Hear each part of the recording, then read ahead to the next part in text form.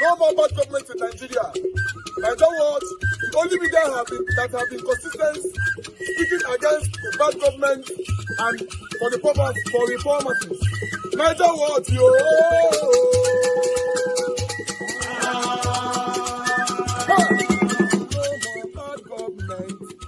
No more bad government. Niger what? No more bad government. Niger what? No more bad government. The only media that have been speaking. No more bad government. The voice of the voiceless. No more bad government. No more bad government.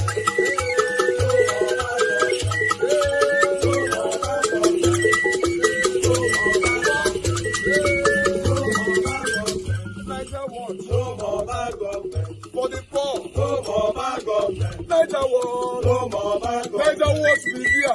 No more bad government. No more bad government. No more bad government. In Nigeria. No more bad government. No more bad government. No more bad government. The only media. No more bad government. The number one media in Nigeria. No more bad government. That have been speaking against government. No more bad government. Niger what? No more bad government. Doc 4K. I'm not sure I pronounced that name properly, but still, thank you, Madam Peggy Modi, and many, many more. Ajio Debbie, thank you very much. I appreciate you. Christian CXL, and many, many others right there already. Clement, thank you very much. Good evening to you. Thank you, thank you, thank you. Because I didn't mention your name, I appreciate every one of you right there. What I just want you to do right now, help us to press on the like, help us to share, take our voices far, and God bless all my people. I'm going to continue with that video, but still, I want to quickly emphasize, even though I projected that particular part, some part of that particular video earlier on this morning, and although the video was yesterday evening from Datti Ahmed. Datti Ahmed said that they are deceiving us. ADC deceiving us. When I did this platform, another person and say, I've telling them before, say, ADC, me particularly, I don't just trust them. I don't know why. Although they could end up tomorrow being one of the best, but the reason why I not trust them was because they are with, or rather, they have lots of people that you and I don't trust. You know, it's difficult for you to convince people to trust people that doesn't deserve to be trusted. Yes, if you understand what I mean. If you check everybody on the ADC, 99% of them cannot be trusted. They are part of the reason why Nigeria is backward today. So I was a bit skeptical on that area to trust ADC when I know that these people, they have never done well to see Nigeria work. But so suddenly they have all collaborated together, you know, in the mission of rescuing Nigeria. How? Now, my skepticism was, is these people going to rescue Nigeria for selfish interest or for realistic interest? That was my skepticism. But because Peter Obi is with them, I was like, okay, Peter Obi is with them.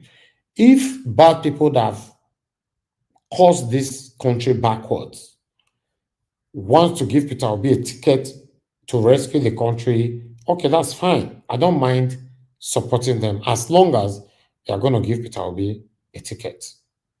But the way I was seeing it, it now get to look like these people not going to give Peter Obi any kind of ticket, the way they look at him, except they are playing a prank. But not everybody have the patience to wait for your prank to actualize. It looks like Atiku have captured the ADC. Right from the beginning, our vice, Datti Ahmed, have never speak well of the ADC, even though he was there on the inauguration day, you know, but he never speaks well about them. Datti Ahmed are one of the people that I respect so much. For Datti Ahmed to continue to speak indirectly or directly against the ADC, that means there must be something Datti Ahmed saw that you and I not seeing right now. To be honest, when we speak like this, some of you counter us one way or the other, but Datti Ahmed is a respectable figure that you and I have so much respect for, except you want to turn around to start criticizing him as usual. Many of us, we are very, very good in doing things like that. To be honest, my people, it's not too late for our principal, Mr. Peter Obi, to make a decisive decision that will be more beneficial, not just to him, but Nigerians as a whole. Because to be honest, a lot of people have withdrawn just because Peter Obi put it one leg in ADC. Not because we already saw the future or we foreseen what the ADC might turn out to be, but because of the people right there in the ADC, which you and I know they are the problem of this country. Then Datti Ahmed mentioned something which I talked about earlier on today, but I would like to recapitulate or rather reiterate on it. He said, I have two people that he will support in 2027. Peter Obi is not one of them. Peter Obi is not number one, but number two. That is shocking. There's somebody that Datti Ahmed look more up to than Peter Obi. For that to happen is shocking. Who be that person? Even though Datti Ahmed said the person never declared, because if the person never declared, I cannot mention the person's name yet. I'm wondering though who that person could be. For any reason for anybody to leave Peter Obi today to support any other person is because they know that Peter Obi cannot fight for his mandate in case anything happen. Not be say Peter Obi is wrong or he have any bad name to his name. But you and I know say our principal not fit fight for a mandate. He not fit. That one at 100%. But me myself, I've said it so many times here. I've not seen that person that I can choose over Peter Obi. I wish he did. I for those choose. I did tell you. Do you know why I would have choose? Because I already know say Peter Obi not fit fight for the mandate, your own mandate. But I don't see the person, so I have to stick with what I have. But if I see person where I know say he go fit shake this government, even though they will put him for prison in the moment or in the aspect of him shaking the government, then that so be it. But I don't see Peter Obi to be that person that can shake this government in that aspect. But as you and I speak, it still remains the best because nobody to compare. Maybe Datti Ahmed can see what you and I cannot see yet. But Peter Obi being in same party with Atiku, Peter Obi will not go anywhere. The only reason why Peter Obi might move forward a bit, if they allow him to take Datti Ahmed as his vice, the same way they fed Duam 2023, and they give him the ticket. If not be like that, the only reason why you see someone like me will support ADC and be say they give Peter Obi tickets. You know why I will support the ADC? I will support the ADC based on say I already know say the people who did that ADC right now, it will be difficult for Tinubu to say he won't put pepper for their eye. It go difficult because we have lions and tigers right there at ADC. But according to the video of Datti Ahmed today, there's a lot of speculation, submission, reactions by the people on social media, most especially on Twitter, which I've went through since morning. People are reacting in a different way. Majority of them are reacting that Datti Ahmed wants to run in 2027 on his own.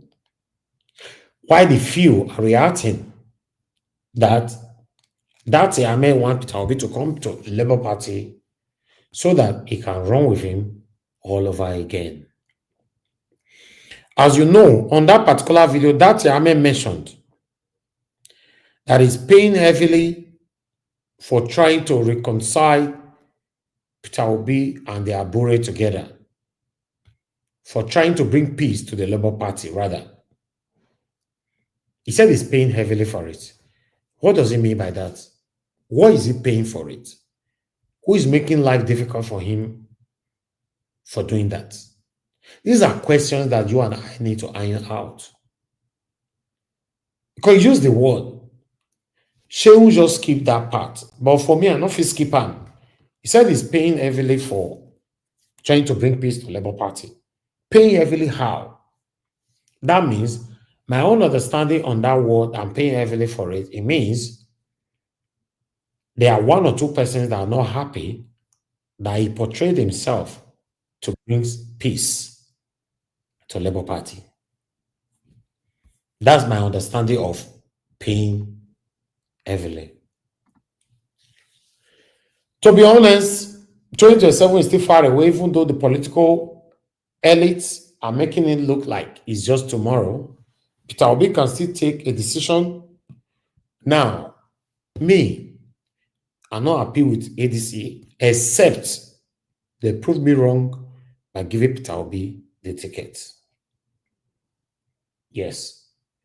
But between you and I, my question to you is that, do you think ADC will give Peter Obi the ticket? It's a question. Come me and not think. But it doesn't mean I'm right. But that's just how I feel. Yeah. Except they are playing prank. Maybe they are playing a prank like make everybody just by behave, say, we'll give Peter Obi. Last, we can't give him. Except that.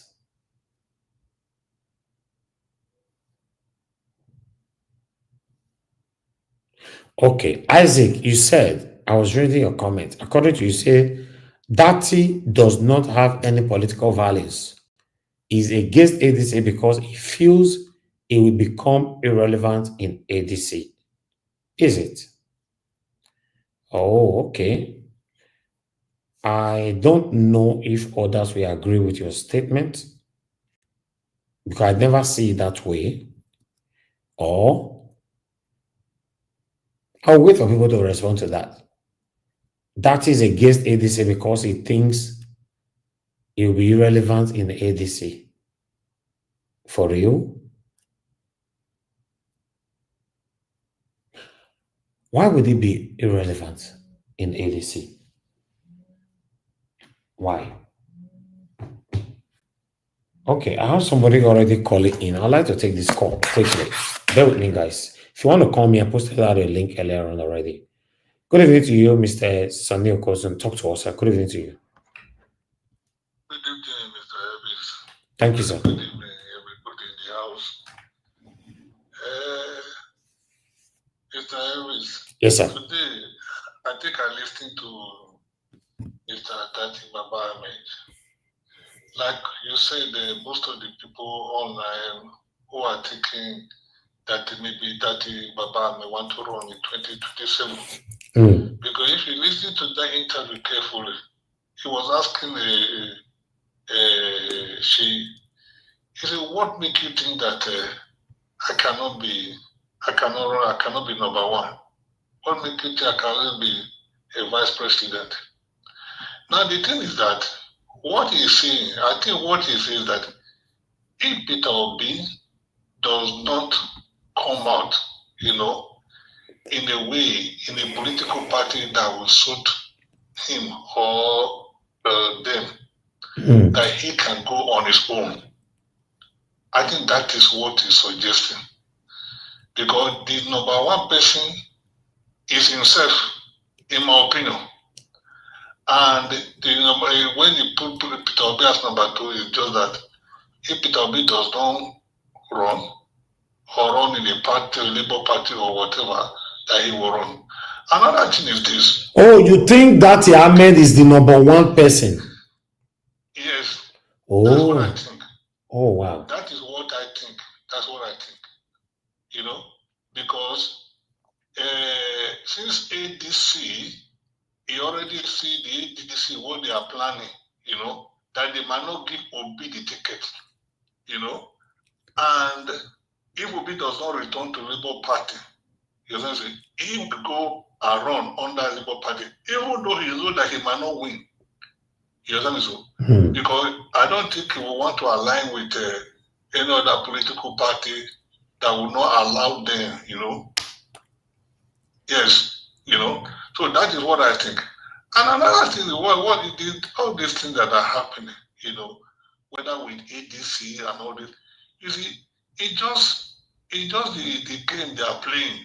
They want to destabilize all the party, so that no party will be able to function, you know. No, but not the whether PDP, ADC, Labour Party, or whatever, they will not be able to put themselves together to form a formidable opposition in 2027. It is still the key plan of APC. You get what I'm saying? Yes, because we just look at what is happening. Because to be honest, this by-election, when they are saying APC has a victory, what kind of victory? You know, it is when there is a genuine contest, true contest, you know, where people come out to vote and then you win. That is when you claim victory. Not this way you intimidate people. Look, from Edo State, the one that happened in Edo State, you know, I have people who were in PDP, you know, councillors, chairmen, and they are not coerced into APC. They are just following APC. They all campaign for APC. Look, what they said is that APC bought all the votes they got. They brought our money, they were buying vote. So how can you claim victory in that kind of election? What kind of victory are they talking about? You know, what kind of, that is not election, you know, because they already know the people that they are going to declare winner. Look, one of the INEC person that came, you know, he was giving money, but now he want to do right. They beat him up, they slap him. They slap him. So after you are collecting money, so you are not going to declare what we have written for you to declare. They slap him, and he has to follow them. So what are they talking about? Victory, you know? So if they carry that kind of attitude towards 2027, what kind of election are they going to hold? You know? So that is just the thing. I just look at it as a look, you know, 2027. If these people do not put themselves together, they must be ready to fight. Peter Obi is not ready to put the life of anybody on the line. So Thank you. Fight for me. You know, so that's just the thing. Thank you, sir. And the court has already been cornered. So what are they going for? So it's just what it is. Let us be listening to them. And to all of you there that are contributing, we are listening to you. God bless you, my service. God bless all. Thank you, sir. The Black Panther, Jonathan, the Mama, everybody. God bless all of you. Amen. I appreciate what you guys are doing. Thank you so much, everybody. Amen, sir. Thank you very much, sir. God bless you. Thank you, sir. All right. Okay. For the first time, I'm seeing it in that view that Datti Ahmed could be fighting for himself. Even Madam Irene Finance can confirm that I suspected what this caller is saying. I think that he is indirectly rooting for himself. Nothing is impossible in Nigeria. That's true. Okay, let me take this call.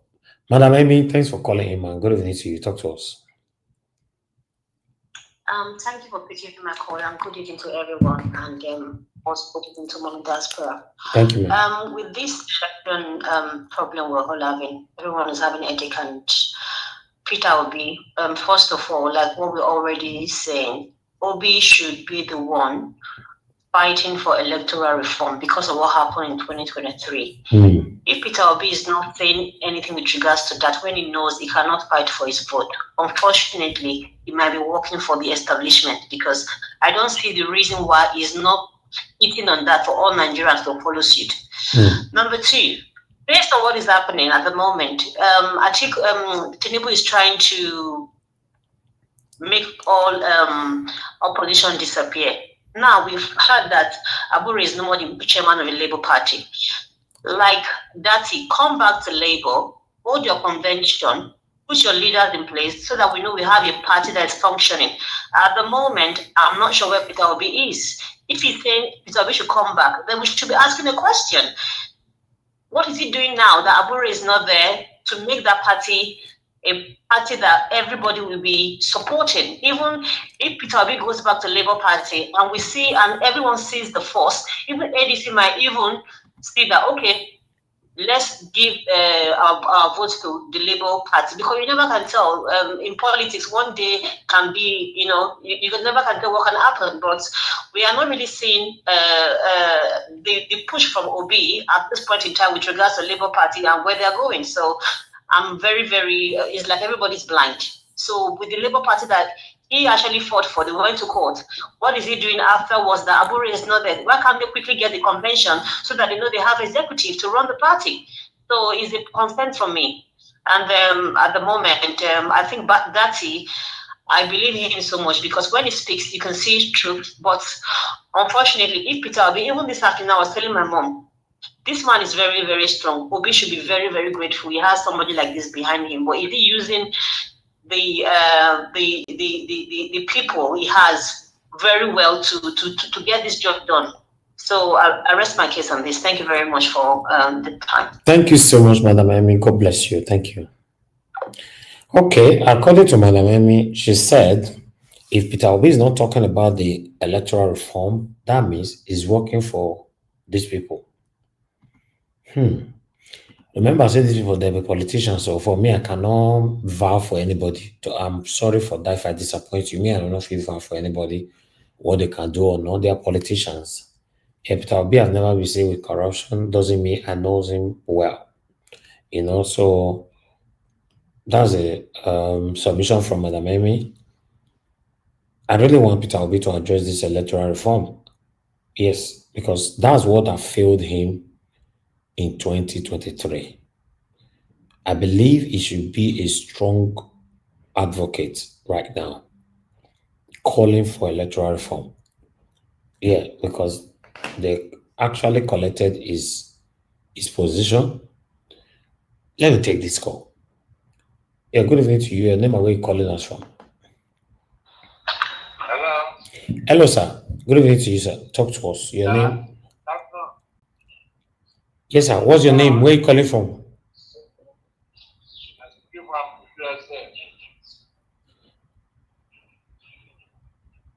You need to off your gadget and listen to your phone. Off your TV, listen to your phone, not from your TV. Okay. Are you hearing me now? I'm hearing you, sir. What's your name and where you calling from? Okay, my name is Datti. Okay. Calling from USA. Thank you, sir. Go ahead. Well, what I want to contribute one, Datti Ahmed, I believe is no more working with people. Since all these months after the election in 2023, he has not been moving around with people. Just of recent, and we have now seen that maybe corruption is moving to another direction, and if Obi joins the ADC, he will never be the vice president again. So that is why he's planning whatever he's planning.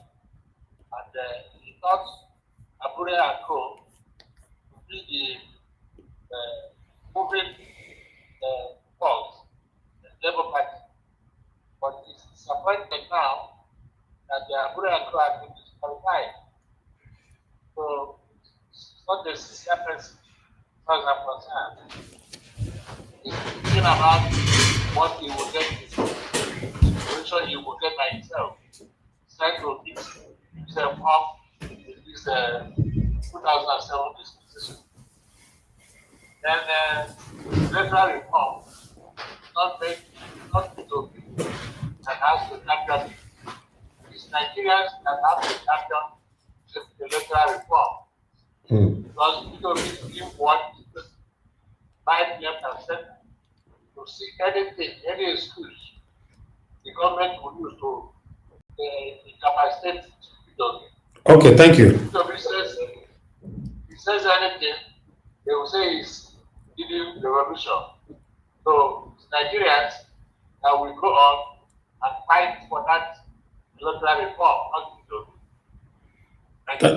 Thank you, sir. Thank you. Thank you. Yes, sir. Okay, the caller believes that Datti Ahmed is already working for another people that you and I don't know. He also went on by saying that if Nigerians want better Nigeria, you should fight more for the electoral reform, not Peter Obi. So I'll just leave that one there. For me, I'm strongly calling on my principal to speak on this electoral reform. It's very, very important. Okay, in case you want to call in, this is the best time because I'm going straight to my panelists in the next 20 seconds. Nobody to buy me coffee today. Click on the dollar sign. You can buy me coffee. If you can, I will appreciate that. Press on the like, take our voices forward, or rather, just copy the link and share to other platforms where you belong. Thank you very much, Mother Iris Finance, for joining us today. I appreciate you. Mike Akimbari, Bex Max, Clement, and many, many more. Now, God and bless our people. Isaac, thank you. Thank you. Guys, just press on the like and then post to share. Let's start talking. All right. I'd like us to move on right now. Let me call on the first person on the panel so that we can quickly talk and round up the show on time. Mama A Show, it's good to have you on the show. Good evening to you, man. Please, I'd like you to talk to us.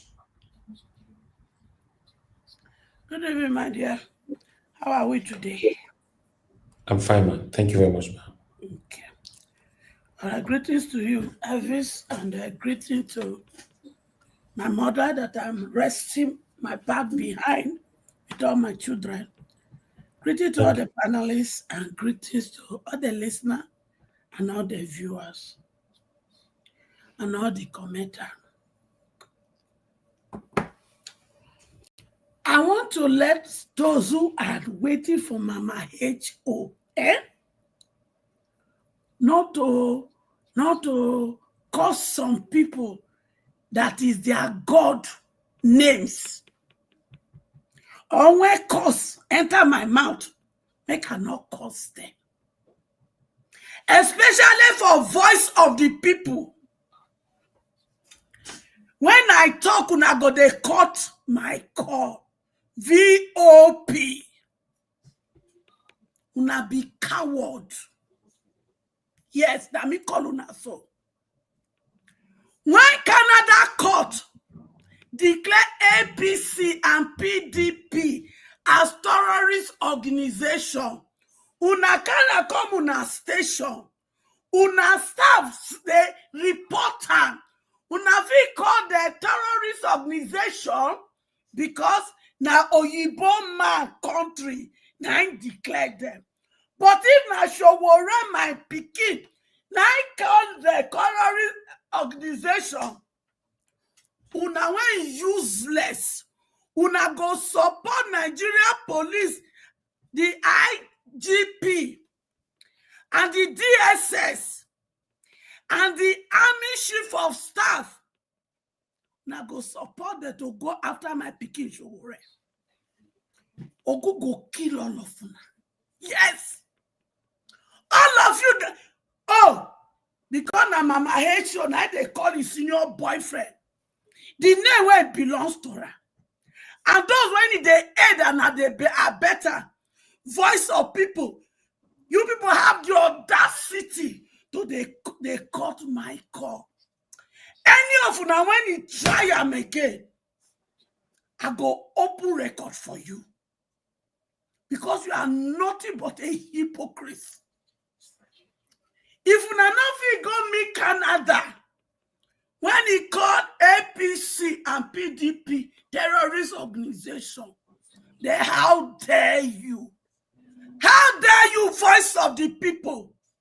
When I go come the session, waiting me, Mama H.O. go talk on behalf of our children.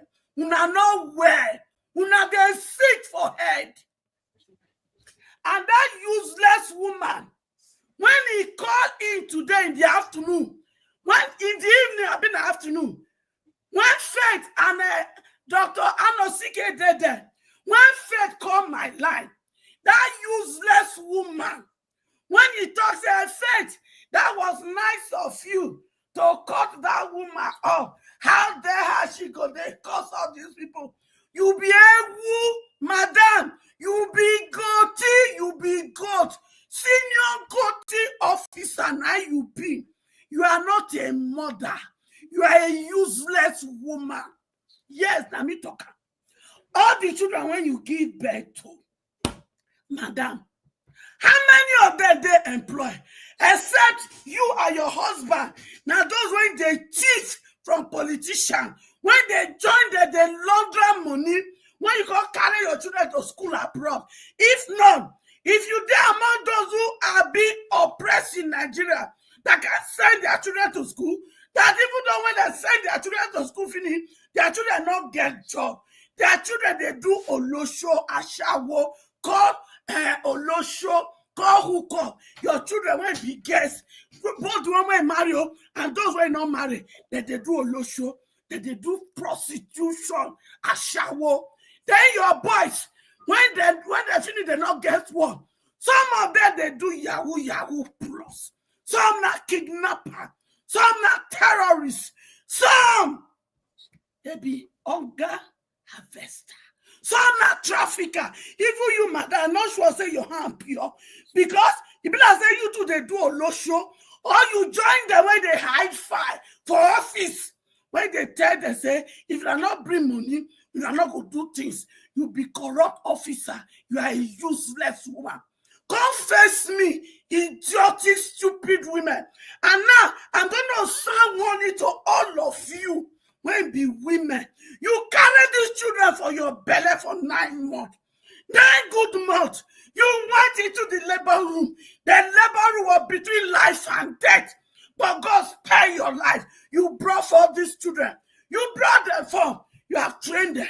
They have graduated. You have trained them. They finished secondary school. You have trained them. They finished primary school. Now, no job, nothing. Most of them that they do prostitution, both male and female. Yes, some of the useless women, now they use my children. Una they una be sugar mommy. God go punish una. Una say they call the leak una pray. You go open your private plant for grant for my children to leak so that you go give them money. Money where your home. All right. Mama Isho, you are going out of the rules of this platform, please. No, Sorry, Piki. Please. Sorry, okay. Sorry. All right, please. Round up. Yes. Una, they use my children do nonsense. Both women and men. Una turn my sons and daughters to non-entity. What did Papa God not let them do? What did some of them when married women? Una they call my children, but they come the leak plate. Una not the shame. And yet una they run, they dark kelebe, they follow this politician, they collect contract, sell contract. At the end of the day, when they won't do the job, they go do useless job. I am coming for all of you. Both the contractor, both the one when he sell them, I go fish all of una out. Una go vomit everything. No one take for my children. Having said that, Peter Obi, hear me good. You see, if you did deceive my children, and I find out, now me go bring you to this internet. You they hear me? As I be something, so I don't want to talk again. Because it get what I'm supposed to until I do it before I go talk. But let me tell you, Mr. Peter Gregory Obi, you see this battle when they ground now fierce one. He need person when he get the lion heart. When he go say, if I perish, I perish. Like Issa Buba for just. Person when he go put his heart for front. When he go lead the battle. If you not go feel lead, Peter Obi, I go lead. But you must follow me. So that my children, when they follow you, you cannot say you they follow me. You they hear me? I need electoral reform. And it is your responsibility. You and Showore, Prince Adebayo, Kachi, Now, only few of them, I don't know their name. All of them will lead my children to get electoral reform. Then Mr. Greg Peter Obi, that 2022, 2023, when you say may they not go out, make peace reign, so that they not go share blood. I want to ask you, Peter Obi, since when you made that declaration, when my children not go fight for their mandate, how many people we don't lose?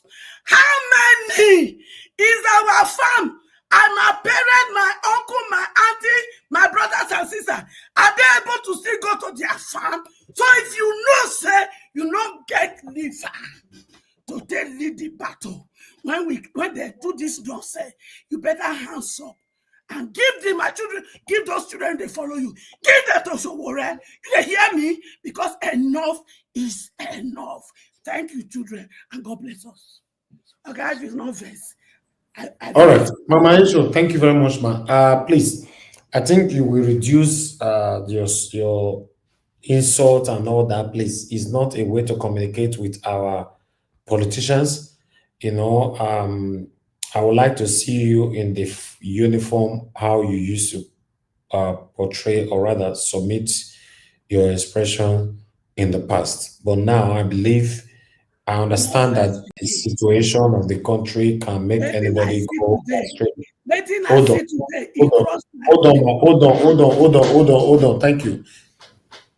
I understand the situation of the country can make us all go out of lane sometimes because it's really, really frustrating. But still, this platform we have rules.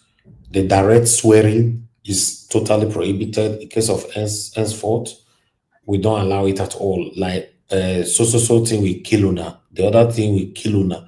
The word kiluna is prohibited and is totally with this, apart from YouTube might not like it, but me myself, I don't like it either. So even though YouTube like it, for example, I don't like it. We can criticize these people, disagree with them. For those of you that have been following me for a while, I have never in the history of my media career insult any political leaders. The best I can call them is satanic or satanism, in group. That's all. I cannot directly call out, for example, I'll just call up a name and say, Tunde, now this thing go by you, or Kingsley. And this one, I don't do that. Please. This platform, we have a reputation. I have a lot of prominent, eminent individualisms watching us on this platform. After the broadcast, in most cases, they call me. The reference to some of you on the panel, by saying, "Oh, that particular person was very, very good today on his submission and all that." But when these people are listening with we or some of us on the panel insulting them directly, I'm not sure they will be impressed. Please, let's try to work on that. Thank you very much, Mama Isho. Like I said, the frustration is a lot, but we still need to apply some courtesy to our submissions. God bless you. Thank you, Mother Deborah, for calling in. Good evening to you, man. Please talk to us. Hello, good evening, Mr. Elvis. Thank you, ma'am. Happy weekend. Good evening to you, ma'am. Please talk to us. Good evening to everyone, all our viewers and commenters. You are all welcome. It's just a quick one. To be honest, Nigeria matter is really depressing. Every day, you don't see anything that encourages you, that give you hope. Exactly. Things are going to get better. Tinubu is even boasting. They know that they are going to rig the election. In fact, they are not even hiding it. They are saying it, they are making it clear. Because obviously they know that nothing is going to happen, even if they do whatever it is that they want to do. It's a shame, but that's just where we are at the moment. They are not even pretending about it. They are coming out to say, yes, this is what we want to do, whether you people like it or not. Just like when he rigged himself, he said that I know you people didn't vote for me, but I'm still your president. So what he's saying indirectly is that whether you like it or not, I am here, and none of you can do anything. You see, that's the height of arrogance.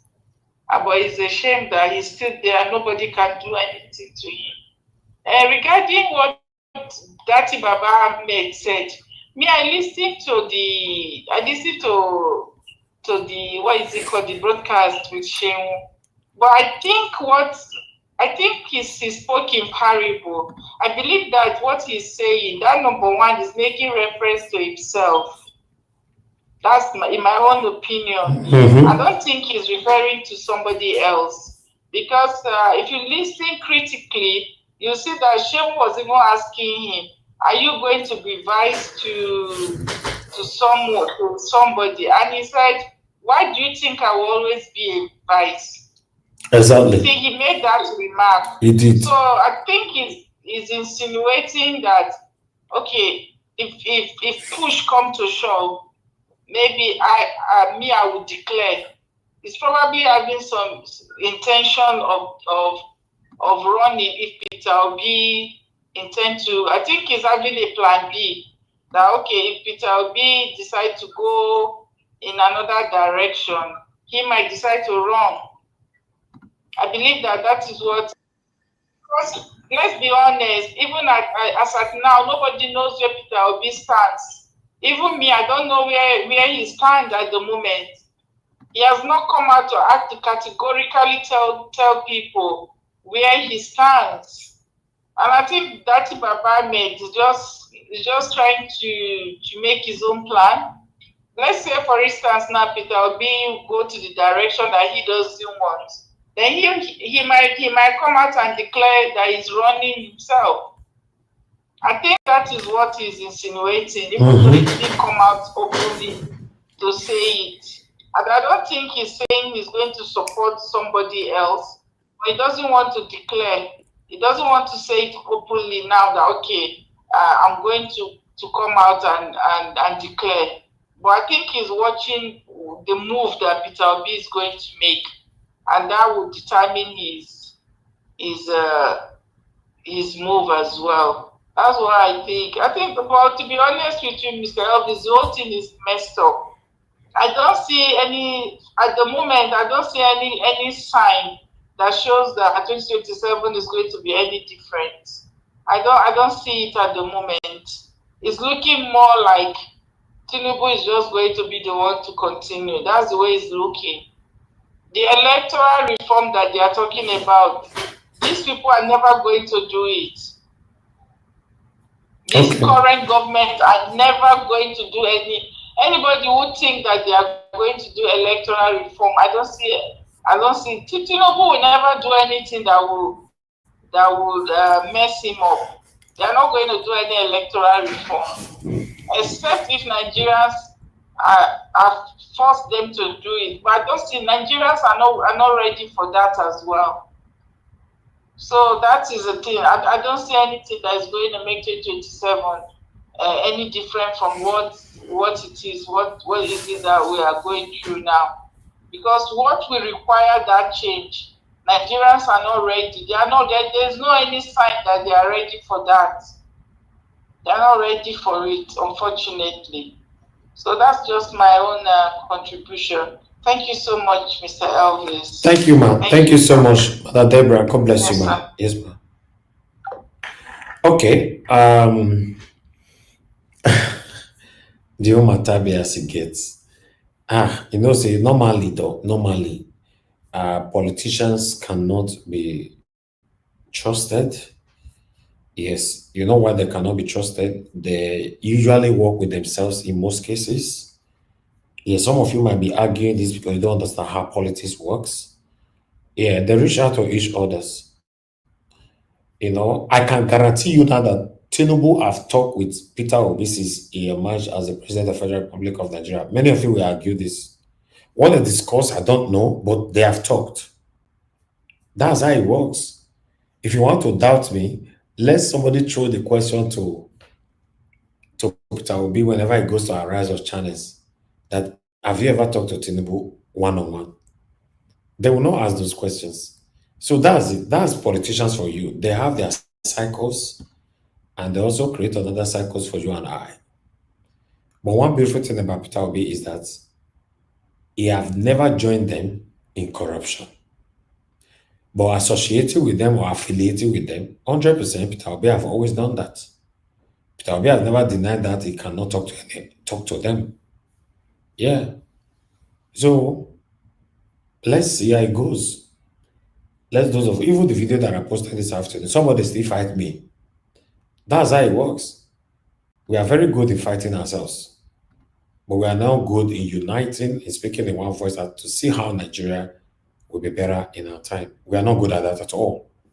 We're only good in saying, yo, let me say the talk. Let me say the talk. Let me say the talk. Let me say the talk.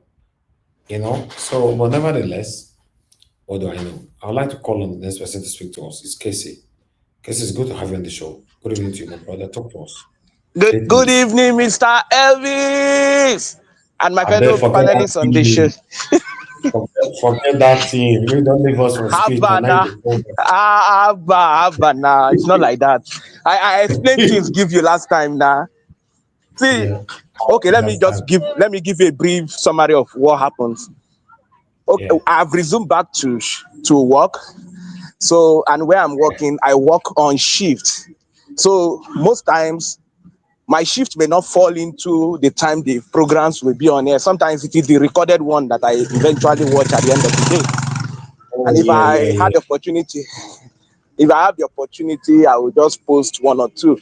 But I've been following the show. Thank you, my brother. So good evening, everybody in the house, and Mommy Diaspora and Mama Hecho. I greet everybody that's online presently and those in the comment section. Well, some of our people, when we speak like this, I will just be laughing. I don't know how much knowledge most of us that works in that is talking about 2027 knows how Nigerian politics actually works. If you know how Nigerian politics actually works, you won't be surprised. I don't know where I will start, but I will take it one at a time. I am not actually happy with our principal, the way he's handling things, even though I believe some things he's doing it right, but some things he's not doing it right. Number two, I'm not also happy with Dr. Yunisa Tanko, the way he's managing the obedience. I'm not happy, and I'm here to lay out some criticism. If he happens to hear me, so you should listen, because the way I'm seeing it, it's like they are not ready. Okay, then I will address some other things that people are saying. See, anybody expecting Peter Obi to talk on electoral reform? I mean, I'm not here to support anybody to say, let him put his mouth on electoral reform. Electoral reform?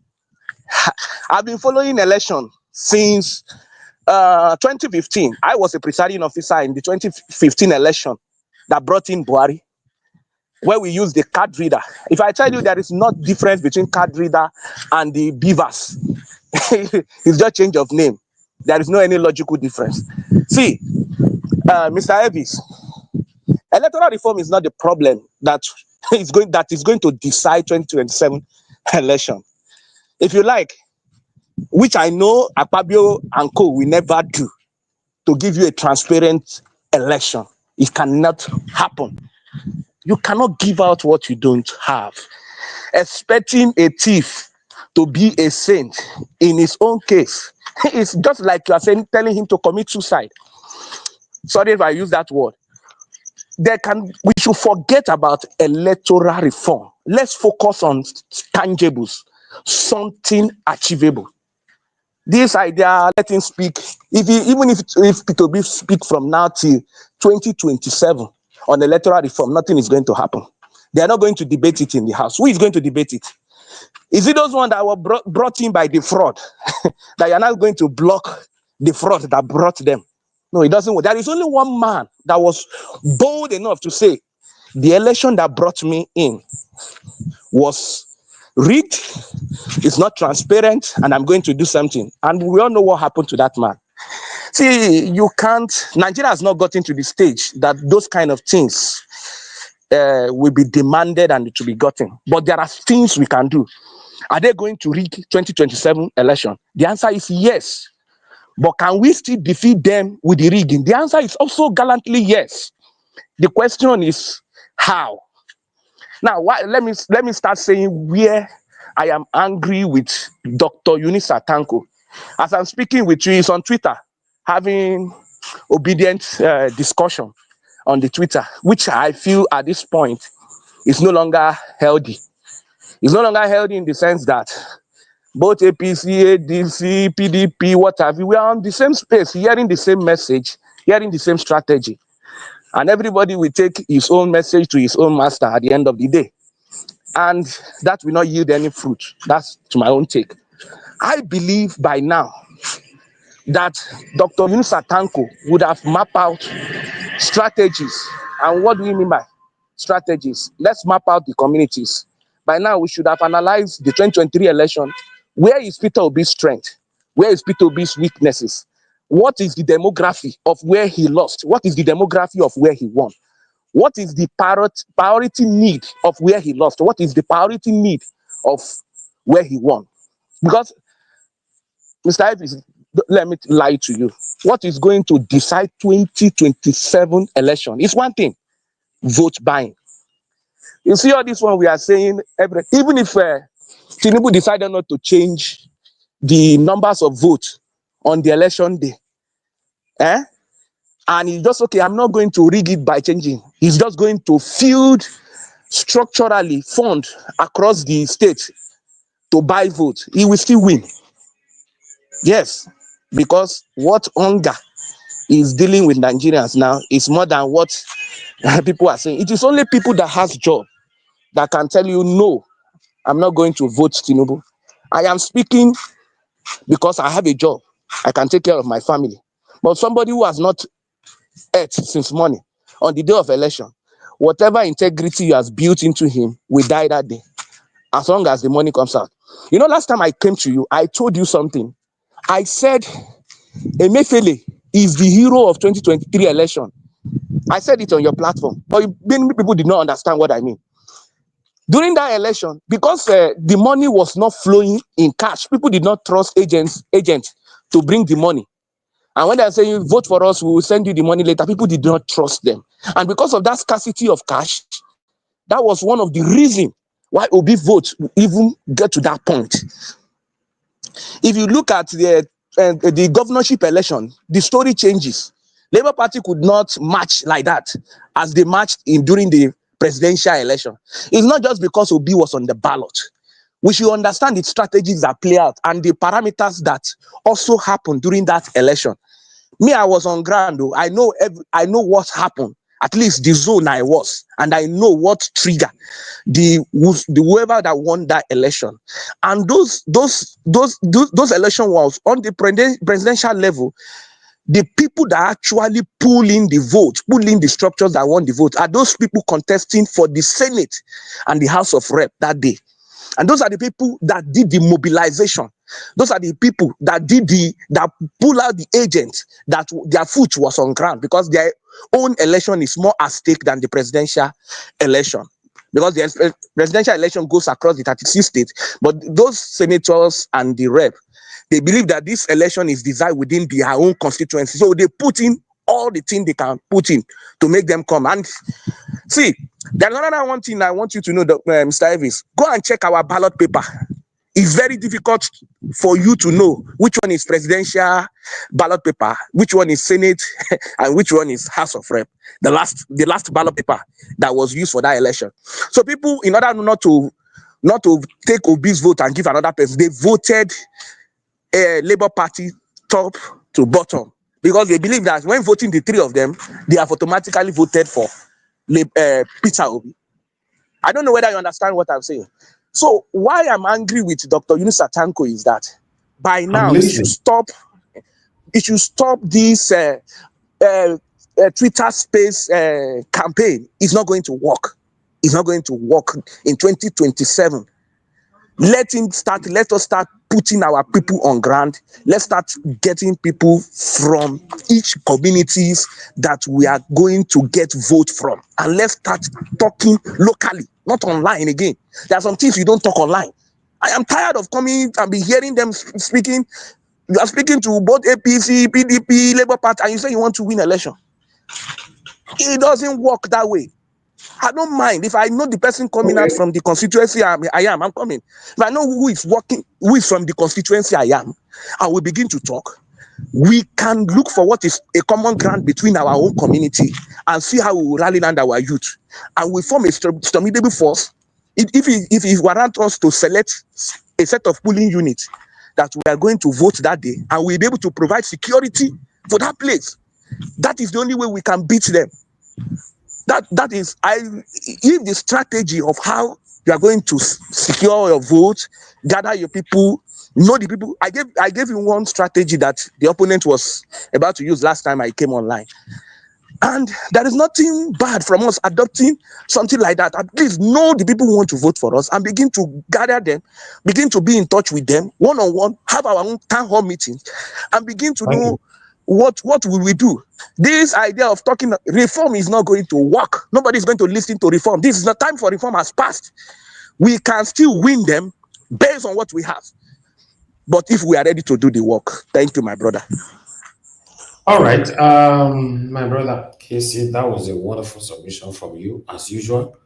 What I can say here is that if you check everybody on the front line of Labour Party, Peter Obi and the closest people to him, they are all scared to express themselves how it's supposed to be. They're scared. And I don't know why. Obviously, Peter Obi is scared. Peter Obi don't want to go to jail for anybody in Nigeria, and anyone following Peter Obi, all of them, I'm saying it, all of them are scared. So all of them are very, very careful how they respond to any question you throw to them concerning this government. They are very, very constructive in their criticism. Normally, a brutal or a crucial opposition are not careful with what they say concerning the incumbent government. But I know some of you will come now. Peter Obi is a quiet person, is this? I'm not taught to now mind your business. The same way be your principal, the same way not my principal. I'm not taught to you. Because now oversabi they see some of you now. But when you are this extremely scared to speak truth to power, to directly hit on the nail, to criticize someone that is oppressing you as an opponent, then they will look down on you and think that you cannot do anything. So for me, like I said, not just Peter Obi, people following Peter Obi that is scared at this moment. If you check it holistically, almost everybody in Nigeria is scared of Tinubu's government. Between you and I, Tinubu have brought a lot of people to his side. So achieving this goal of 2027, what's the possibility that this will become a reality? Is a question I'm asking. My people, the way I'm seeing it, everything looks too soft. Before you ask me, say, what do you want them to do? I'm not saying anybody to go and fight anybody, but everything looks soft to me. Yes. Atiku is not vocal. He doesn't talk that much. Atiku only talk once in a while. So even me now, if you even check me now, me myself, I'm also being careful not to offend the satanic people, some of the satanic people listening to me rather. You can see, if I offend them now, they'll come like lions and tigers. They want to eat me raw.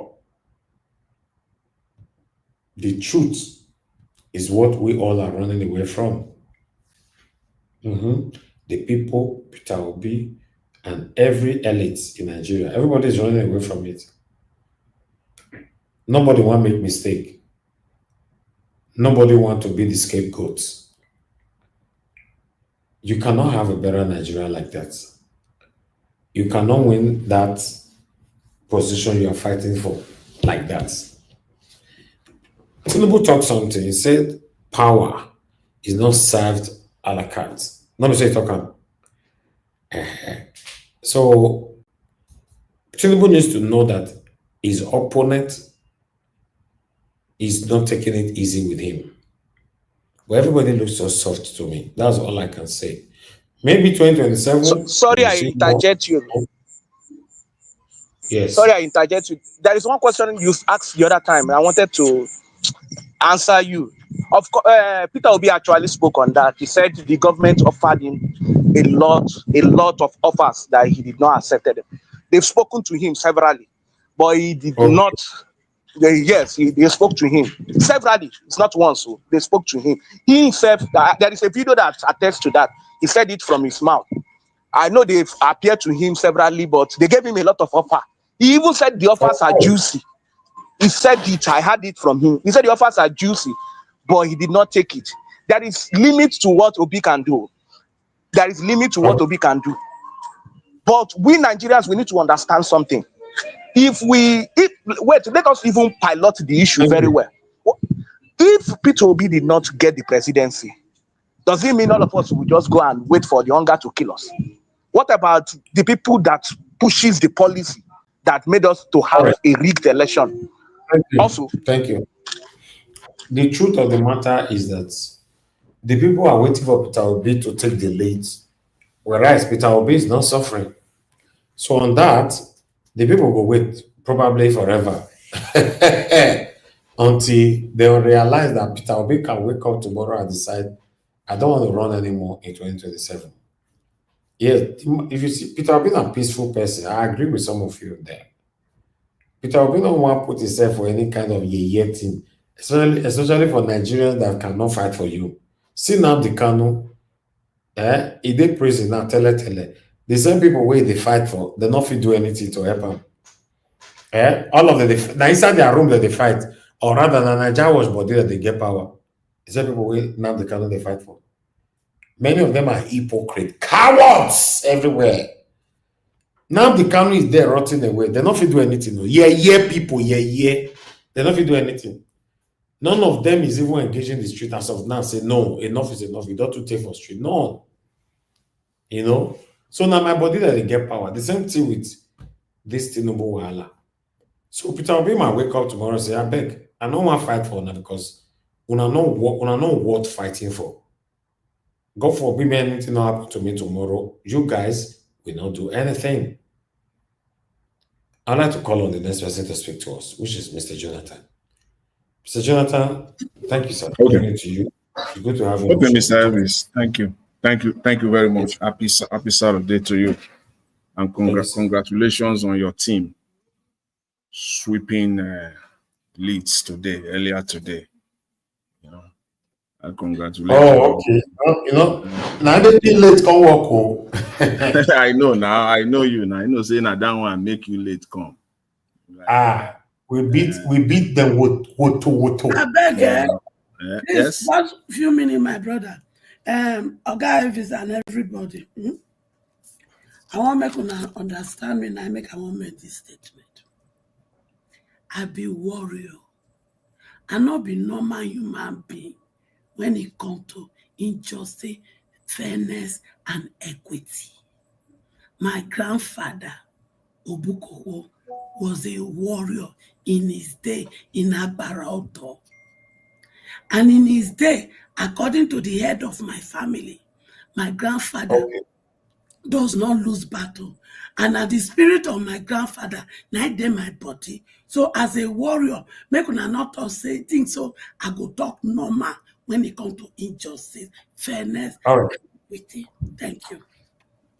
Thank you, Mama Yusho. That's not a problem. I don't have a problem with that. I just wanted to know that there's rules on the platform. When you are unleashing the warrior side of you, always remember that the rules on the platform must be respected. Thank you, man. God bless you. Mr. Jonathan, go ahead, sir. Yeah, okay, Mr. Elvis. I greet you once again. God bless you for the good work you are doing. I greet my fellow panelists. God bless you all. On diaspora, once again, you're welcome. God bless you greatly. And all the commenters, all the callers, I greet every one of you. God bless you all abundantly. You're all welcome. Before I make my submission proper, I quickly want to respond to Mr. Casey. You see, I listened to you, and my knowledge of Nigerian political space will not allow me to agree with you 100%. It cannot be. That would be an aberration. Vote buying alone cannot win you election in Nigeria, period. You understand the political structure to start with without going deeper. We have 167,000. Listen, 167,000, still counting. Probably 2027, you want to add another 5 to 10% to that. 167,000 polling units. How you will use money, I don't care the trillion you want to bring in and how that will be effective. Practically impossible. Vote buying, yes, but it has to. It also go along with writing of results. It works simultaneously. The only way vote buying alone can work is if you are running against a weaker candidate, a weaker opposition. With a candidate like Peter Obi, vote buying alone will never cut it for you. You have to. You also have to go in using the INEC, the structure there, the criminal structure there, to write results. That's how you can come out triumph. Other than that, vote buying alone. So don't let us soak that idea.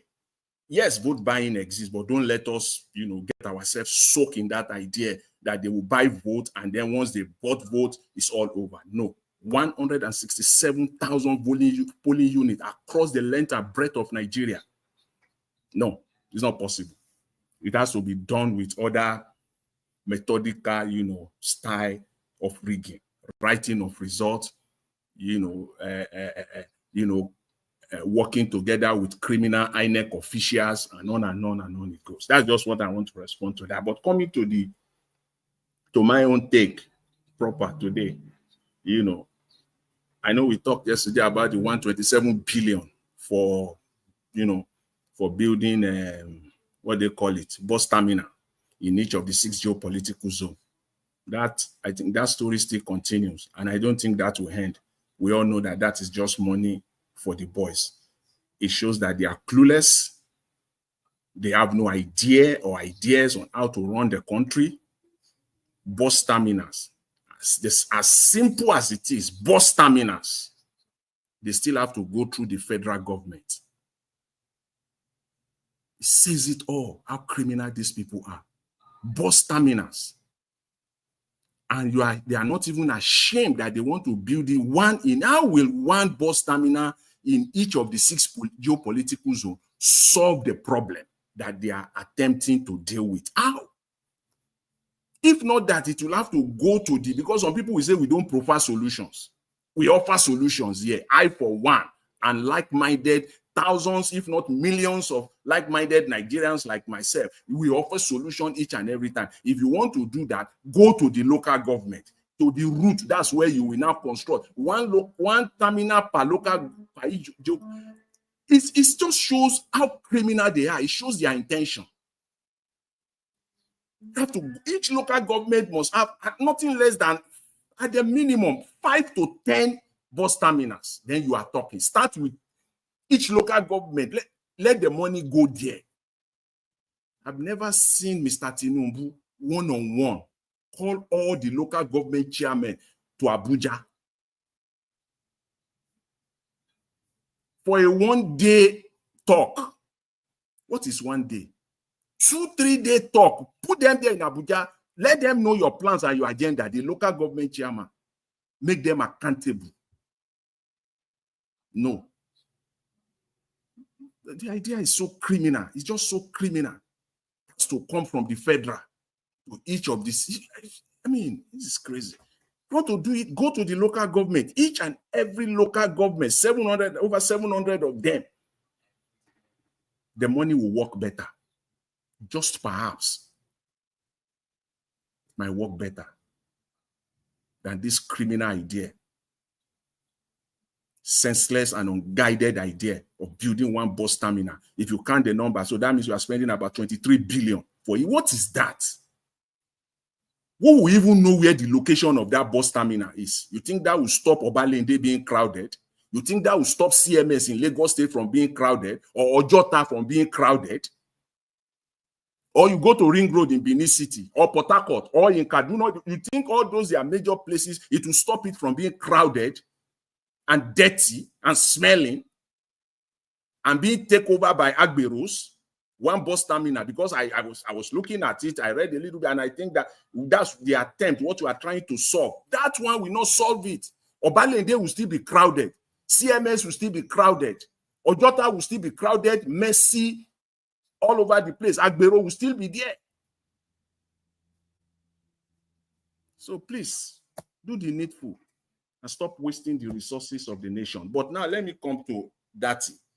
For me, Mr. Elvis, please, on this one, I hope, Mr. Elvis. I'm here, sir. Yeah, okay. I want to be on record on this one. If it is possible for you, you can archive it.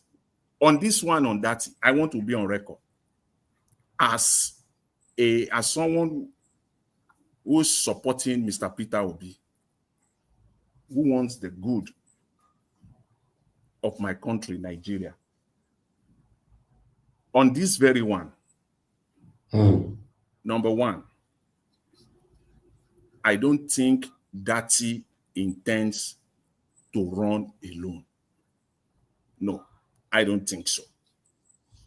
And I think Datti is well advanced, well knowledgeable, that he alone cannot do it electorally. In this current dispensation, the upcoming electoral cycle of 2027, he cannot do it alone.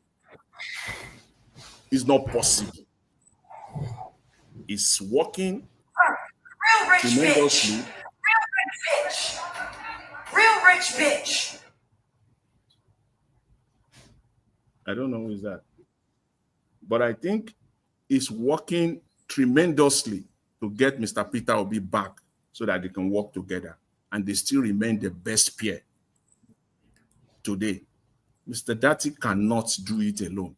He cannot win the election alone, number one. Number two, we cannot be fighting for Mr. Peter Obi to get the presidential ticket of anywhere, any political party,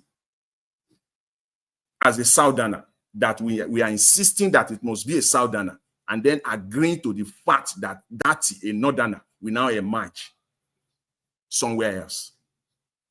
You can see the inconsistency, the hypocrisy of that position, which brings me to that conclusion, very easy one, that Datti is well knowledgeable, is aware that he cannot toe that line. He can't. So I don't see him running alone on his own.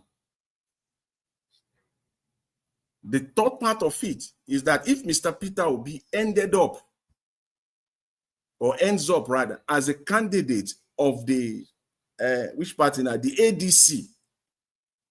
If they pick him eventually as their candidate, his best bet still remains Datti Ahmed.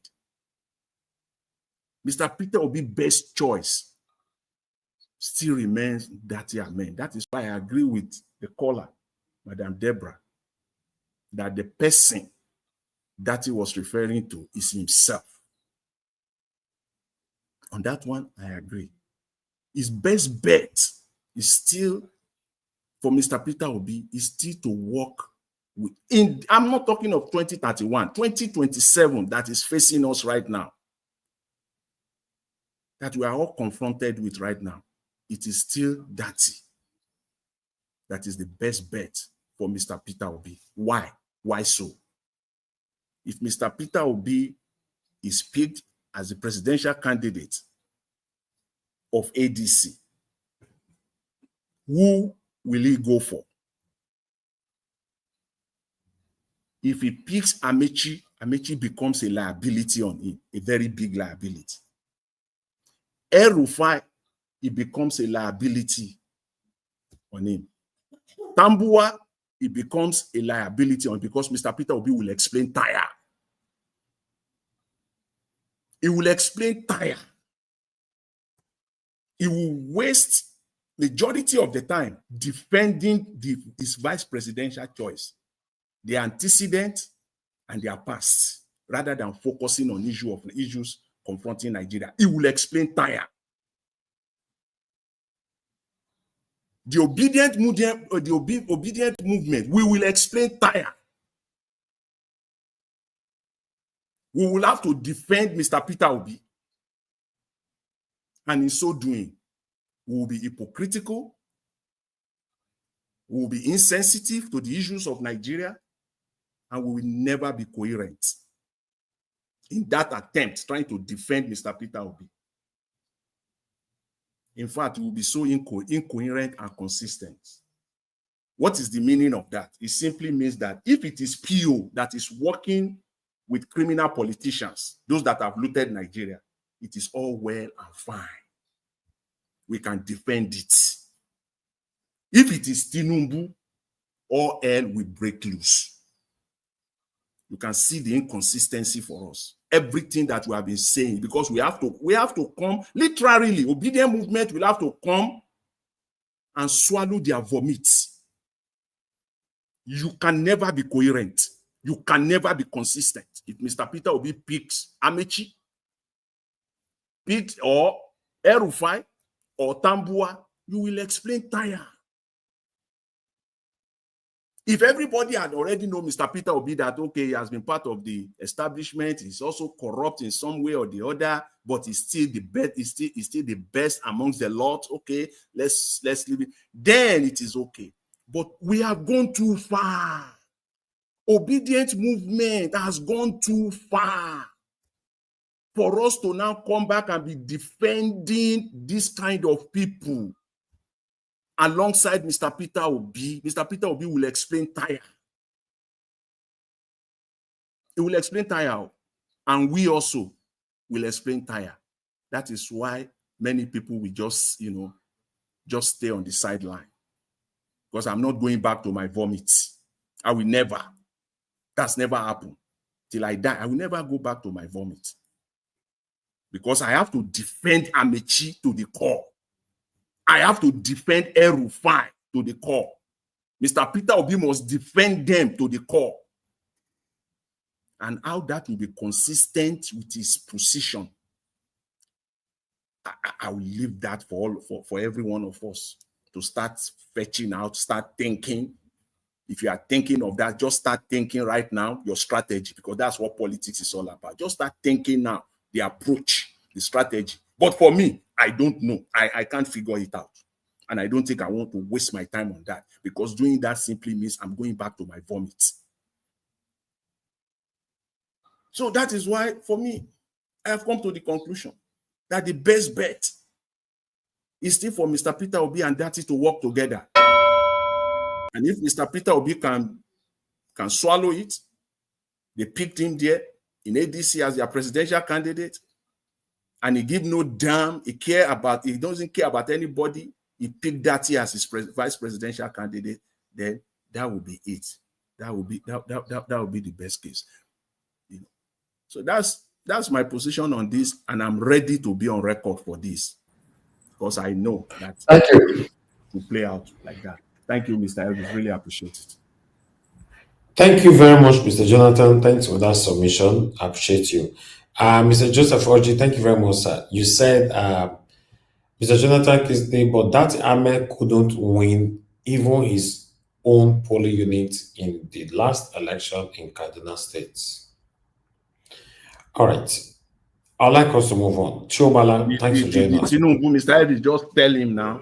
The Tinubu win Lagos. Elvis, can you hear me? Okay, thank you. Yes, Chiobala, go ahead. Thank you, sir. Yeah, thank you so much. I appreciate. I hope I'm loud and clear. Yes, you are good. Thank you. Okay, thank you so much. I appreciate. First of all, we all know this adage: you cannot eat your cake and have it. And I also like the comment of Oji. I mean, like the person just mentioned now. Yeah, first of all, Elvis, thank you so much for the work you are doing. Mommy Diaspora, everyone on the panel, people on the comment section. I appreciate every one of you. I believe we are all looking for a better Nigeria. That is the more reason we all are doing what we are doing. Yeah, continue from what I said. You cannot eat your cake and have it. If ADC eventually pick the person of Peter Obi, the option of picking Amechi is ruled out because they are from the same political, geopolitical zone, south, rather from the south. And the only option for him is to pick somebody from the north, based on how we structure our own political calculation in Nigeria and all of that. With regard to even picking Datti Ahmed in the northern part of the country, that is shooting yourself again at the foot. I don't know how to put it, because that is one of the problems we face in 2023. Datti Ahmed is a good man, well-educated, also someone who does not lack anything that has to do with corruption and all of that. There is no doubt. But when it comes to political value, permutation, and I don't know, what you bring into it, Datti Ahmed is nowhere to be found. I'm telling you this. If you try this in 2023, yes, it might work. Reason being that you are not fighting against the incumbent government. But having Datti Baba-Ahmed, if ADC eventually pick Peter Obi as their flag bearer, having Datti Baba-Ahmed will be a political suicide. It's not going to work, except all the people in ADC decide to work with Peter Obi, whoever he chooses. That would be a good option on ADC side. But if they decide to go back again under PDP, rather Labour, and do the same thing, it's going to be very, very frustrating, because like what someone said, he did not win his own unit. That speaks volume. Yeah, I also want to thank you, Casey, for your wonderful submission, because you have actually nailed it all. Because this is not the time for we to be talking about electoral reform. Elvis, election is February 2026, rather 2027. We just barely have a year, or a year and 2 months, as the case may be. By mid next year, what we are discussing now will be a different ballgame entirely. It will be hot. And you cannot expect Tinubu, who is a player in this game, then you will not come and said, sign this electoral law, knowing fully well the Nigerians will use it against you or me, I don't know, the person in power. Then you will not expect the president to sign. Yes, even if the National House of Assembly, whoever, choose to approve it, the president can choose to not, to assent to it. And we know the current National Assembly we have, they are Tinubu boys. So definitely, the option of people calling Peter Obi to start talking about electoral law is not it. That's why I support Casey again. This is time to what we call groundwork. Because the era of you going to Twitter space, quoting Bangladesh statistics and all of that is good when it comes for debate. But for now, it's not needed. We need them to go and work. How do we work? Whether we like it or not, the Peter Obi, first of all, need to identify the political party he wants to run under.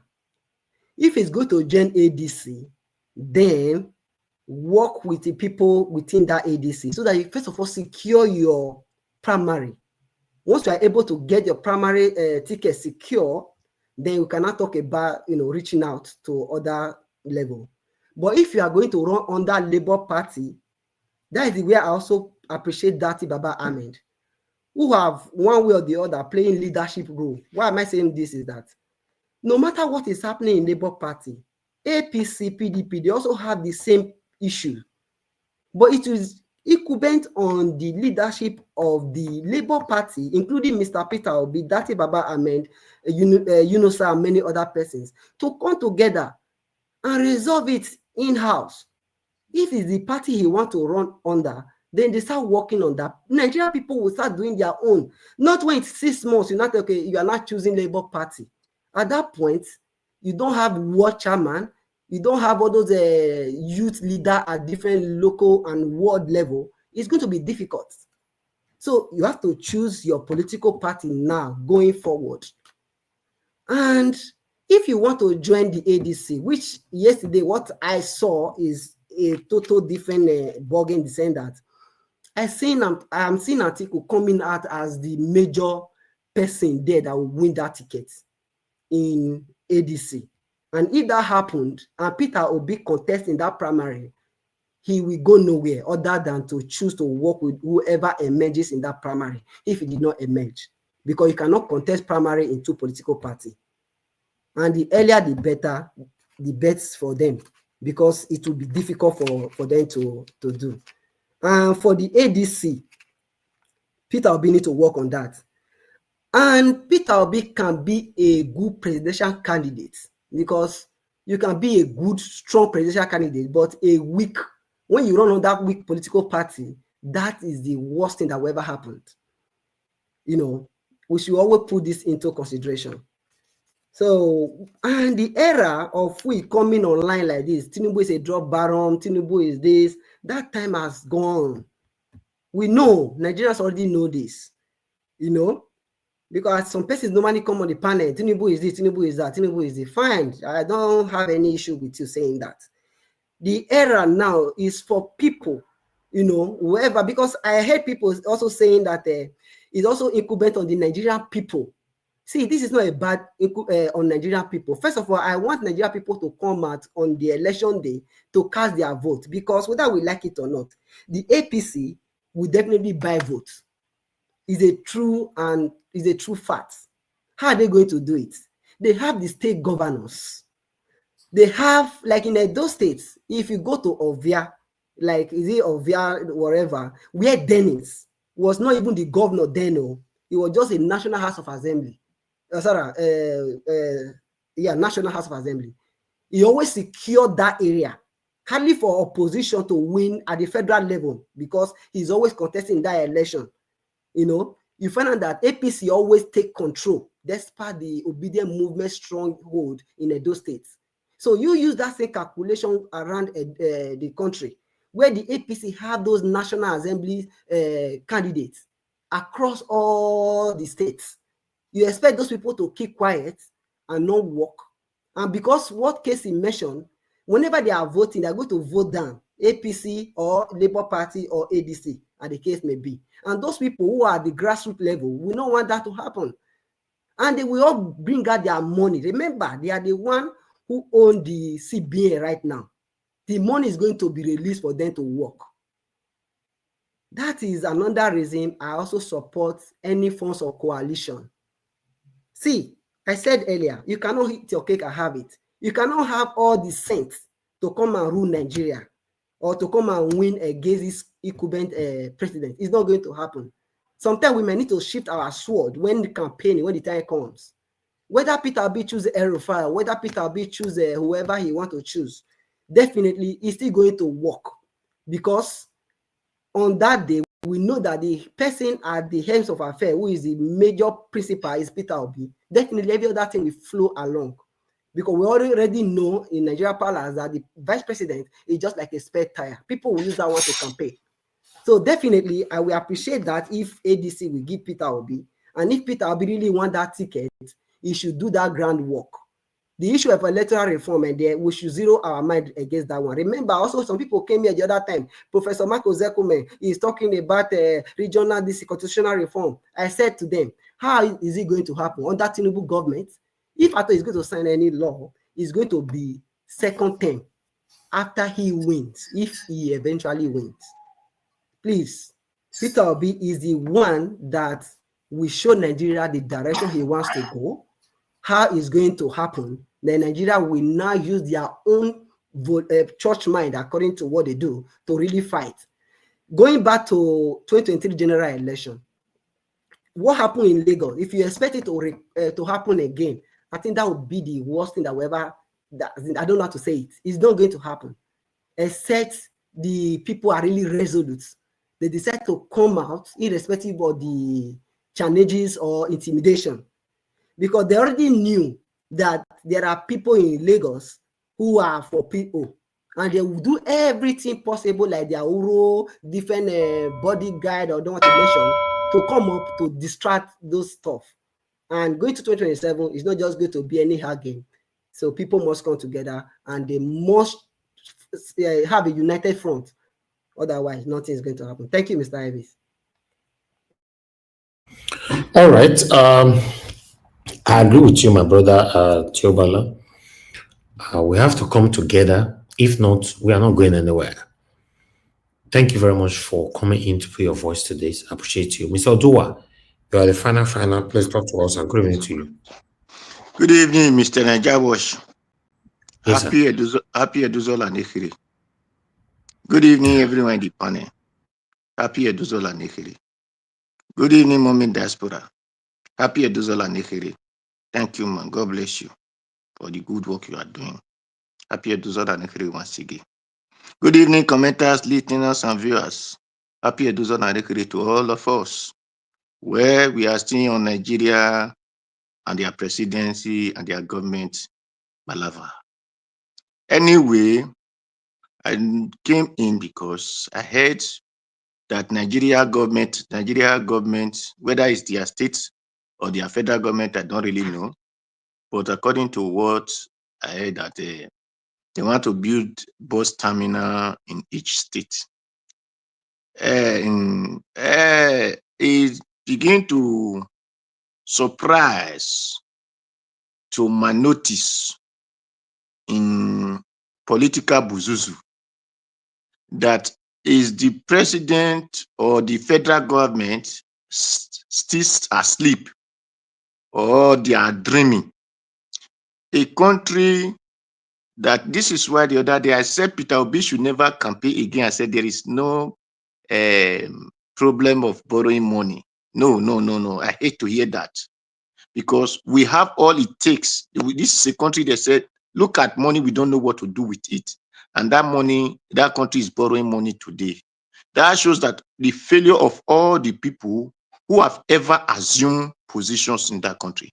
Because the country you used to compare, they don't have the resources that we have. So you cannot compare all those people and say they are borrowing from you that have land. It's just like you have a land, you could not build a house. And you are telling me that other people are still living in rent. They are tenant. And you have a lot of land to build your house. Then you become like a bird who is flying on top of tree here and there. No. You see, is the Nigeria government now a transporter?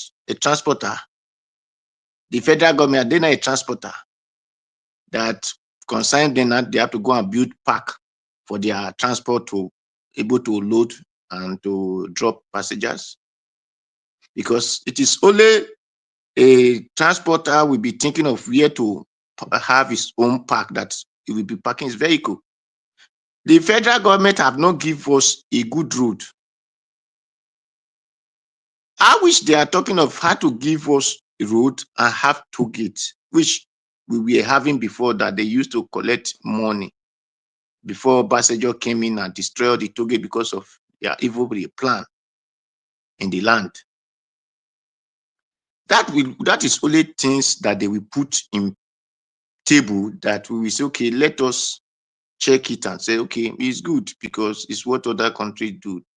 That through the federal government those people that have the contract of that major road, because even the road we are collecting to get in Nigeria is not even up to road.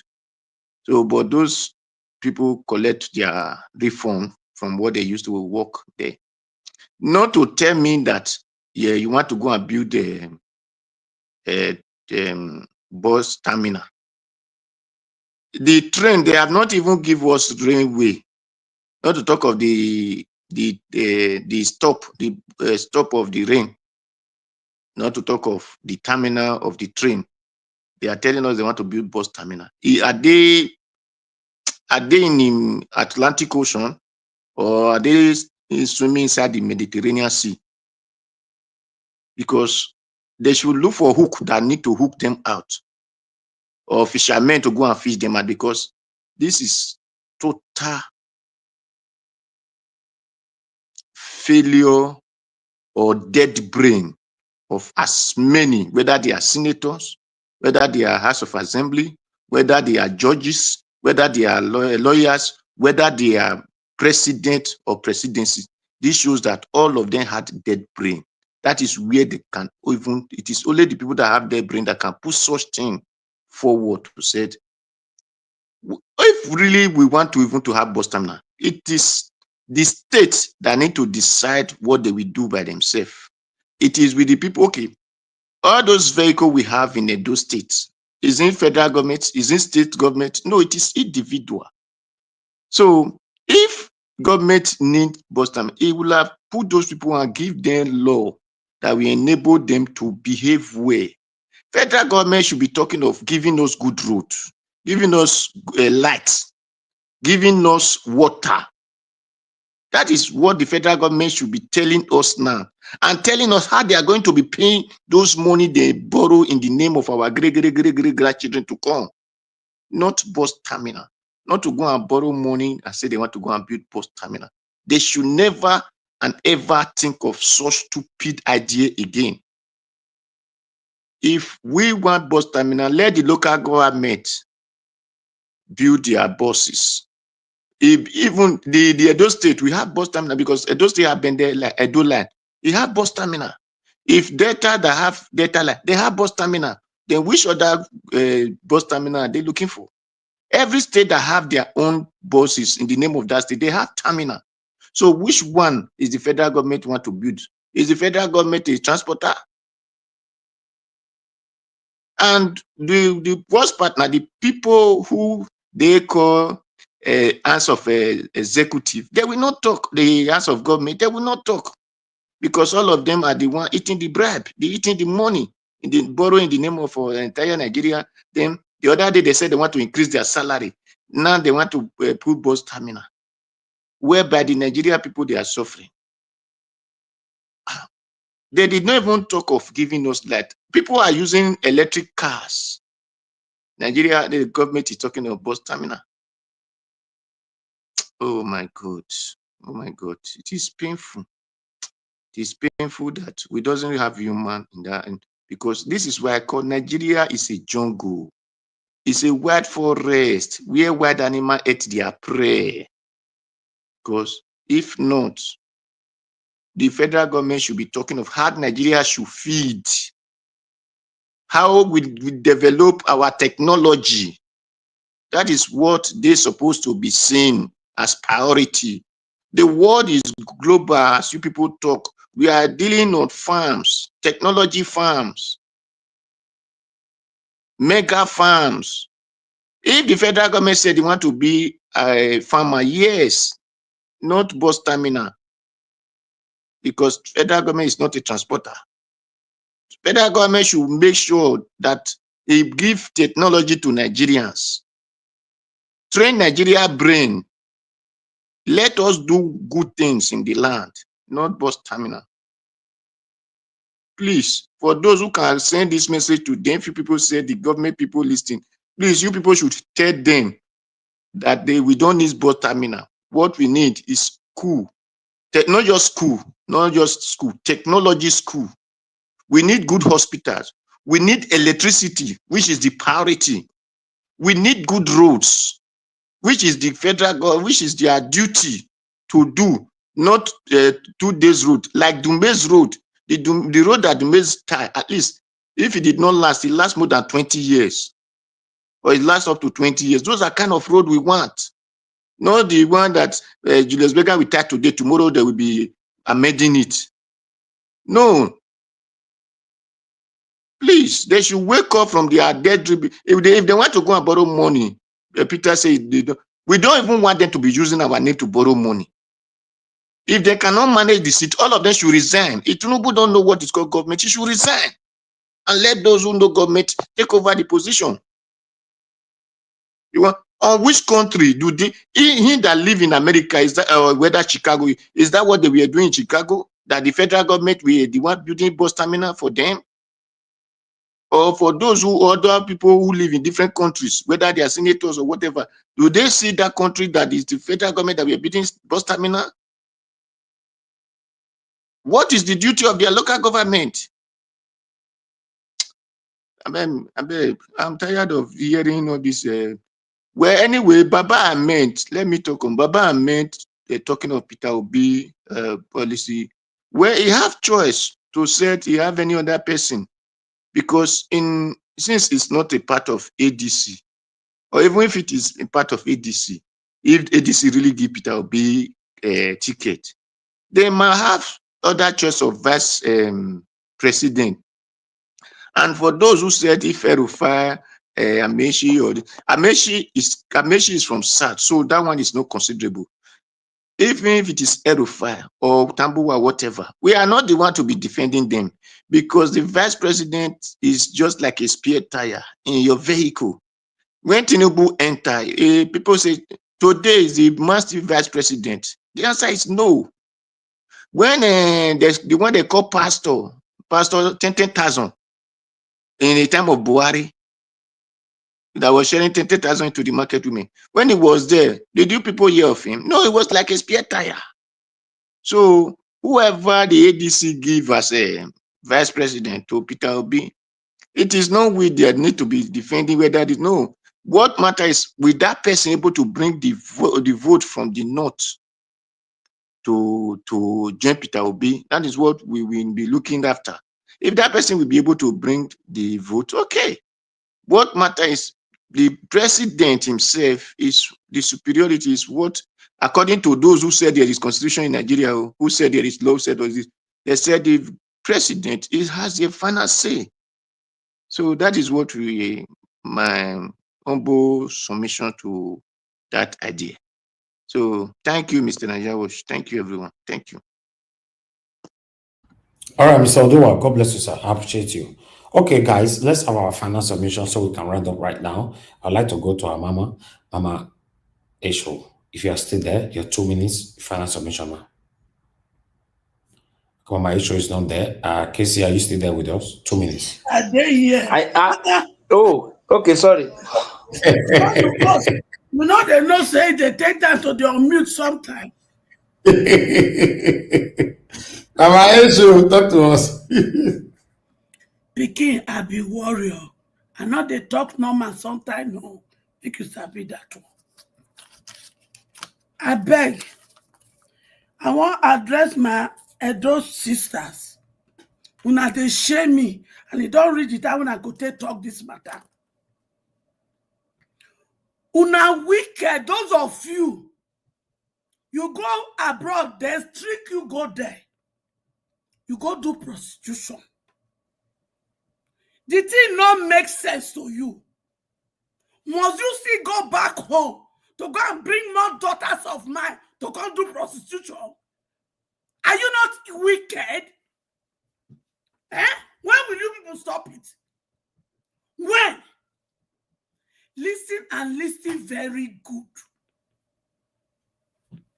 You Edo daughters in Italy, in Germany, wherever you are, that still go back to home to go and recruit Edo girls in the name of taking them to Obodo Yibo to work. My eyes are on you. If you are not stop her, as I they make this announcement, so if you are not stop her, una go get Mama Hecho, the mother hen, to contend with. Una not the shame. Yes, somebody took you out. They deceived you.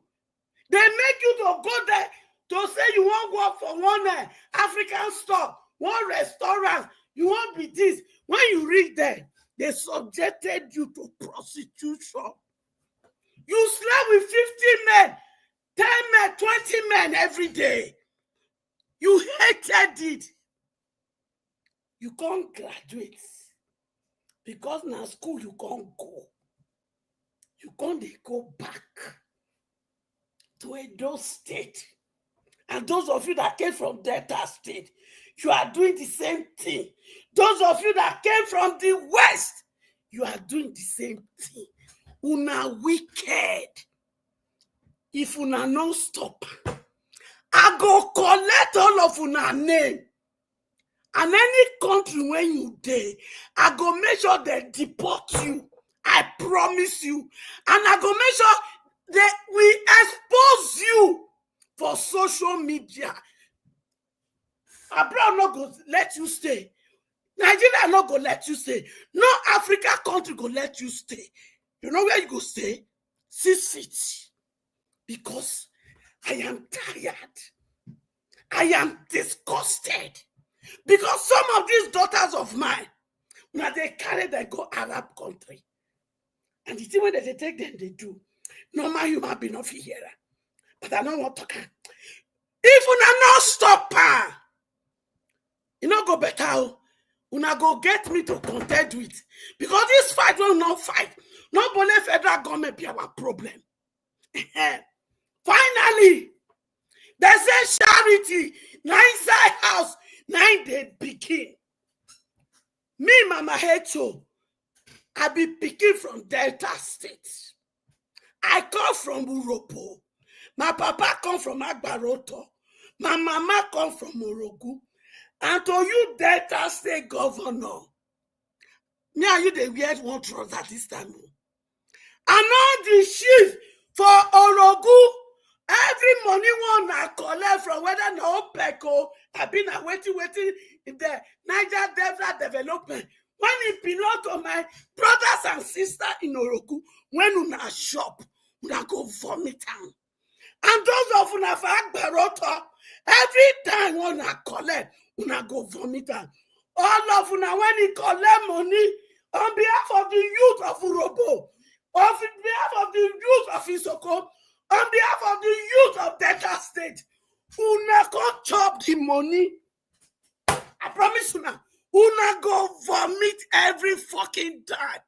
And to the governor of Delta State, I've been a picking. Me want more buko wo. Me want me boy John. Me want me Johnny. Of your mouth your wo. I boy o buko wo. That be my papa name. Thank you. Thank you. Go vomit everything. All of una, all the past to governors. Thank And you. then Thank you. when they be named, when they jail for UK, when they celebrate for home, now go vomit everything. Charity, they say begin from home. I go start with you now. Thank you, Mama Yusuf.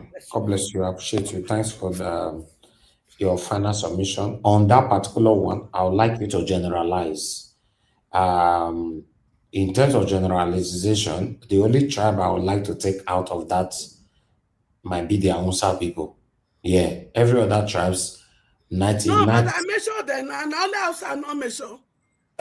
So, you know, all of them. I start with Edo, but I mentioned the rest. I call Delta. Okay, I call good. West. All of them, you know. All of them. They are doing all of them so painful. They are doing all those rubbish there.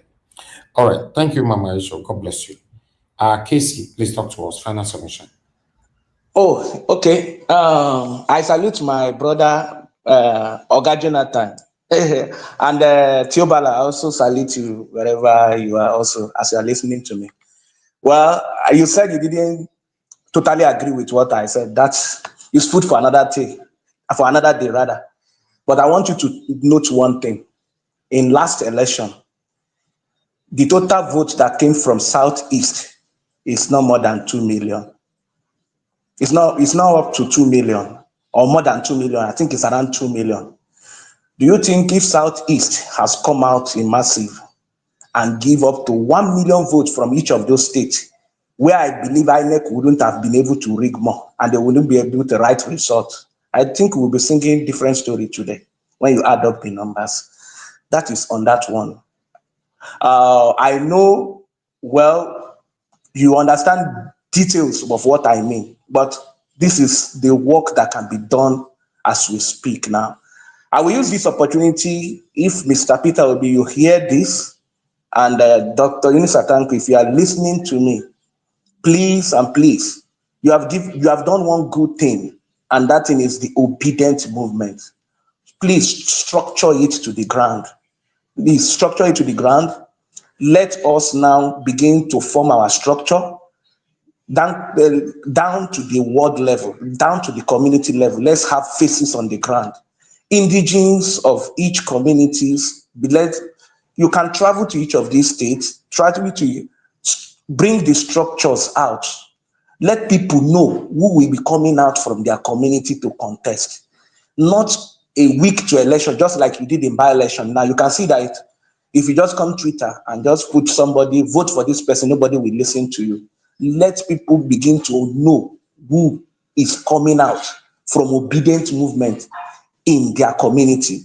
Let the person begin to interact with the community. Let them begin to have a town hall discussions. If I know who is coming out from my own community, I don't mind to begin to also come together, begin to raise funds and prepare for the election. I'm willing for that. But that is when it's ready to put the structures on ground. You need to elect people across the obedient movement down to the ward level. Let's have people. I know the one thing that I know you have done so well is the obedient movement has started having offices in some states. Now I know they have headquarters in Abuja. They have one in Enugu. Please, he has to go around the state and go down to the local government in any community where we have the obedient. Let them begin to talk. Every community is unique, and every community cannot be painted with one brush. The uniqueness of every community is that people from that community can tell you what will make people to vote for that platform that you are going to come out on the final day on the ballot. So let the obedient movement be properly structured. We need to have candidates across all the House of Rep, Senate for the 2027 election if you want it to be effective, so that each candidate can work with the obedient movement in his own community, down to his own ward level, down to his own local government level. They can prepare, and they can also raise the fund to fund their own structure, and whatever arms that will make it solid, and then we'll begin to sing a new song. If you bring Peter Obi to my local government now, nobody knows him. But if the son of the soil is campaigning, who they love is campaigning for Peter Obi, it will gain more weight. That's how I believe it can work more. So when we begin to work on this part, we will begin to make a solid feet on the ground. We need foot on the ground. We need boots on the ground, not online at this point. As I said, if you are hearing me, it's time for you. It is no more time for you to go to nursing schools. Now begin to go to those ones that are on your portal, that are now obedient, locate them and see how you form their groups, and for them to begin to have town halls, meeting on how they will get people to vote them on 2027 election. As for Datti is a good man. That is only when Peter Obi is the president. For political value right now, he is not. Until Peter Obi becomes a president and he performs, people don't really know the capacity of Datti yet. So in terms of votes, Datti cannot bring the vote, all the votes we need from the north. And secondly, if Peter Obi is coming out from ADC, you don't expect the Labour Party zone to have the presidential candidate and have the vice presidential candidate. Others too, you have to zone some things to other members in the block of the coalition. That's how it works. You can't just take everything. Otherwise, two of you will just go and appear on the ballot and nobody will support you to the grassroots. I remember one of the reasons why I buy the idea of the coalition in the first stage is because during that coalition, Atiku will use all the structures he had from his own zone. El-Rufai will use all the structures he had from his own zone. It makes us to have a strong foot on the ground. That's the advantage. But Obi should look beyond 2027. That is his legacy. Obedient movement is his legacy. So that if he can structure it in a way that the legacy lives on, we need to know who are the credible people coming out for us from our own obedient movement. It's not like after winning the election. See, one of the reasons why he was disappointed in the last election, in this by-election, is that people are scared. We voted you in again, you move to APC. You carry our vote. So that's what I want to add to that. Thank you, my brother. Thank you, Mr. Casey. I appreciate you, my brother. Thank you so much. All right. Mr. Jonathan, please, your final submission, sir. Thank you. Thank you, Mr. Evis. I greet you once again. Mr. Evis, you will give me a little bit of time. I will just ask for it respectively if I can get it so that I can respond to the comment that has been made by my fellow panelists with respect to what I said earlier on. Because we are all here to learn, not just to talk about Nigeria, our country, and also to provide solutions here and there, but also to learn. First of all, you see, to educate ourselves. If you know the history of Nigeria, this Fourth Republic, 1999, first of all, the idea that the VP is a toothless bulldog is not the case. And let me explain it to you. In 1999, when Obasanjo emerged as PDP presidential candidate, Atiku was behind him. Atiku was the one that bankrolled everything 100%. That's why the likes of Chief Alex Ekweme lost out. And because there is no time on this platform, I will only refer you, and urgently too, go and find and read the book by Odinkalu, Chidi Odinkalu. It was co-authored by the guy called Osori. The title of the book is Love Does Not Win Election. The book that is being used now in political scientist classes in some universities in Nigeria. Go and read. Oh. Now you are back. Go ahead. Okay, sorry. You can hear him clearly. Okay, I was saying that please go and read that book, Love Does Not Win Election. Written by Chidi Odinkalu, co-authored by Osori. He says it all. How Obasanjo emerged, the reason why Atiku was so powerful in his government, that Obasanjo had no choice. He just had to accept his nonsense and not kick him out. But because of the power of the presidency, Obasanjo was able to take charge. Since then, Obasanjo ensured that successive vice president must be handicapped. And since then, successive vice presidential candidates, successive vice president in Nigeria, they are toothless and handicapped. They ensure that they don't put anybody there that will come and challenge. Atiku will ask Obasanjo in 2009, between 2000 and 2023, to literally now, figuratively, as in sit down. Obasanjo he sat down. That was the kind of control he had in that government. If any vice president tries that today, he will be kicked out. Already they are threatening Shetima, and all hell is about this breaking loose. They have been toothless VP. Now to come to the ADC, any of these people, yes, I agree with the fact that Amechi will not be part of it. Yes, from the South. That's okay. And like the likes of El-Rufai, they will not be toothless. They will never be toothless VP as people. So a lot of people who started following Nigerian politics maybe 5, 10, or maybe two decades ago. El-Rufai will not be a toothless VP. Tambuwa will never be a toothless VP. Take that to the bank. To be the case of Atiku Obasanjo. Because Atiku was literally bankrolled Obasanjo. Talking of the likes of Chief Alex Ekweme and their likes, that they are already loaded. In fact, they started PDP. They are the key founder. Where was Obasanjo? They are the key founders of PDP. Well loaded. It was Atiku. It was Atiku. No other person. That is just on that. So the idea that VP are toothless, yes, from 90, Obasanjo make sure that he put Goodluck Jonathan there, a very handicapped vice VP. Yes. Tinubu ensure that he put Osinbajo there, a very handicapped and toothless VP. Tinubu ensure that he has Shetima, a very handicapped and toothless VP. They have seen it, and that is what is playing out. But in the ADC, as I said earlier, it's not going to be the case. But again, number two, with respect to the electoral reform, we cannot discard it or downgrade it outrightly. The need for it can never be overemphasized. It is very important that we have an electoral reform. And even if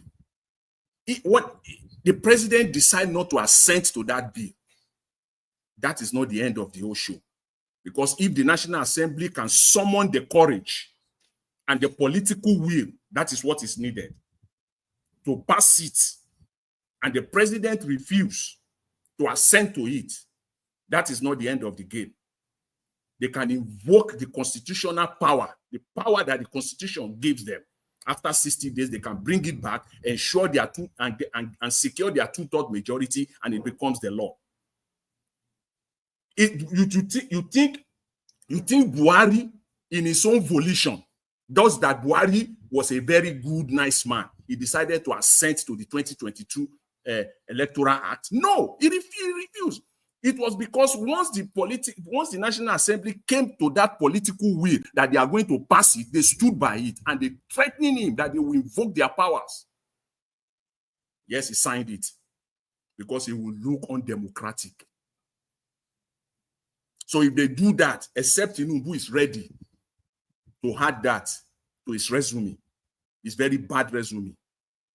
Now that is an undemocratic person. It has been there already, but he now want to now affirm it by not signing and assenting to a bill, electoral one for that matter, that the National Assembly has voted on, and he refused. I don't think so. Whether the election is in 6 months' time, it doesn't matter. The need for electoral reform cannot be overemphasized. We need it. We need it in Nigeria. And finally, I will say this on the issue of APC. Every APC, Labour Party, PDP, all political parties in Nigeria have their internal issues. They have all of them. But what is different is that in APC, they have their problem internally, not inflicted by other parties. But in Labour Party, in PDP, you have APC playing a direct or indirect role in that division that is happening there. That is the significant difference between the internal wrangling that is going on within all these political parties. APC have their own, agreed. PDP have their own, but not without the involvement, directly or indirectly, of APC. Labour Party have their own, but not without the involvement, directly or indirectly, of APC. So that is a significant difference. So that is just, the case I want to make, that, see, the most important part of it for me is the fact that electoral reform is important. We must not retreat. We must never surrender on it. We must ask for it. As it stands right now, it's an aberration. Nigeria is not a democratic country with that electoral act that we have now, unless we are pretending and we are deceiving ourselves. As a matter of fact, the country is a country of deceptions anyway, as it stands right now. All right, thank you. So, Mr. Elvis, I will leave it there for now. Thank you. Thanks, sir. Thank you, Mr. Jonathan. God bless you, sir. Thank you. Gatio Bala, talk to us, sir. Yeah, thank you. Can you hear me? Yeah, go ahead. Go ahead. Yeah. Okay, thank you so much, Elvis. I think all the panelists, they have already dealt with the majority of the issue. But still going back with the, first of all, I want to talk regarding this issue of bus terminal. In my own view, it's not a bad idea for the federal government to have bus terminal across all the states. You know, if we are to be a functional working system, we're supposed to have interstate transportation. And that, if properly organized, built, and equipped, it will go a long way helping the nation's transportation system. That is why they should borrow money. And whenever they borrow money, they should utilize it without, again, siphoning that same borrowed money. That is where the issue is. The bus terminal across the state, does not affect the Minister of Agriculture not to do his job. We have different ministries. It does not affect the Minister of Education to revamp our curriculum system, our educational system, you know. Does not stop it. Maybe Minister of Science and Technology has anything like that to also work in similar way. See, we have the resources if we really want to really harness it. Nigeria can actually grow within a shortest possible time if all the ministries are working. So I don't see any bad idea having a bus terminal if it's designed to scale, you know, whereby you can also link it with different train stations if it's designed to scale in that manner. So going back to 2027 general elections, other persons have earlier said, I think if Obasanjo has done that, Tinubu is doing that now, and the previous governments have done that to Simbajo and many others, what will make PO want to also ensure that he exercises that power of being a president? If he cannot, meaning he's weak. So please, he should be able, when given that power, to exercise that presidency level, to do that. And in addition to what you said, Casey, I think it's better for the Labour Party for them to really shift towards the northern part of the country. We may not have believed the result from the RF. We may not have believed the result declared by INEC, but within the result which they themselves calculated, they should also know that they did not do well in the northern part of the country. So what are they going to do? That is why they will now feed in the strong individual that will contest in House of Assembly and Senate. If they have those people in check across all the central districts of the northern states, definitely you will not find out that those people will enable them to reach to the grassroots. But as of now, they are not doing it. They don't even have political party. Peter Obi does not even have political party to run at the moment. Some people actually called in that now, according to what we have or what they said, that Abure is no longer the chairman. What stopped you from building those political party again? Which I don't want a divided front, but I still believe facing Tinubu is going to be a united front, though. But if you want to run on solo, I believe you can still go back to Labour Party and build those your structure. Then move those structure to ADC. Then you will use it to win your primary. I bet you everything will work fine. All right, Tiobala, thank you, my brother. I appreciate you for coming to put your voice to this today. Thank you. Mr. Oduwa, your final, sir. Thank you. Before I go on, Tiobala, I believe you don't live in Nigeria. The country you live is in the federal government that built bus terminal there, or bus, let me call it bus station, the way people will understand. Bus Yeah, stop, they have the one built by federal. Yeah, they do. That build the bus station or train station, because there is difference between train station and bus station. So it depends on where you live in a country. They have big terminal. Inside that terminal, we have, like, if you go to New York now, there are different pen stations, BB stations, different layers. So there's nothing wrong with that.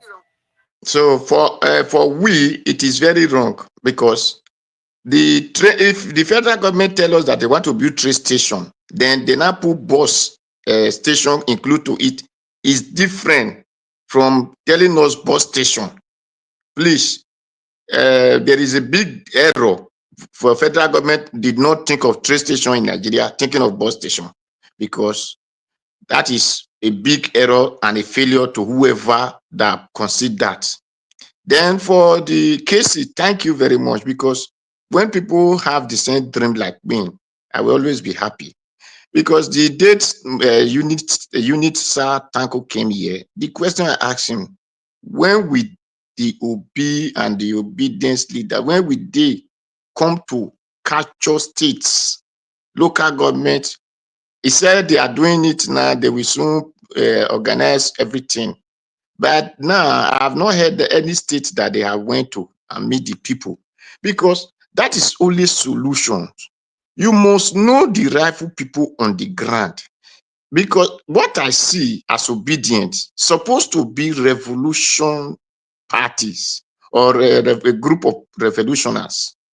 So when they want to bring out a person in any state, whether local government, whether councillor, whether chairman, supposed to be a revolutionary person that the people of that land know and can put trust and say, with what this person has been doing in this state, if we can put our this thing in his care. Not the one that will be selling our property, like the way they are selling no pillars make factory and some people will be selling it. No, that we can put our trust on this person. So I believe by now, all those things are what, since Unisa Tanko is the one heading the Labour Party movement, not the Labour Party, the obedient movement, from state to state, they will be organizing and try to know who are the obedient, who are the obedient, who are the obedient, and how are we going to trust you? How are you going to mobilize people? Then from this place, those one will be mobilizing their local government, because we need people of the ground, those farmers, those market women, those market boys, those conductors. Many of them want to be obedient, but who to organize them? Look for all the revolutionaries persons in each state and make sure that, like Edo State that time, although despite they were political motivated or whatever, like one of our brother, we are doing Benin movement or something like that. He was once obedient. So those kind of people can also easily bring people to themselves and say, this is our view, this is our view. Then the people that have other idea will be correcting them in some error. That this thing is error, do it this way, it will be better for all of us. Before you know, the entire Nigeria, despite with the money that we used to go and buy vote or not buy vote, the entire Nigeria, we stand still. So the reason that we are saying ANEC, we manipulate, they will buy vote, it is because you are unable to convince the people. It's just like Peter Obi now telling people, and there is no problem in borrowing. No, let the people know that. Be telling people that you people should come out and stop these people from borrowing money, because they have even used you. Not only you, use your children, not only your children, use your great-great-great-grandchildren to borrow money. It is very bad. That will be your campaign, not you telling them, and there's no bad, there's nothing bad in borrowing. Now you can borrow, I'm a businessman. No. Put things that will enable people to grow up and say, enough is enough. Nothing that will weaken them. I say, okay, so all of you are the same now. If you still come, the same thing you are going to do.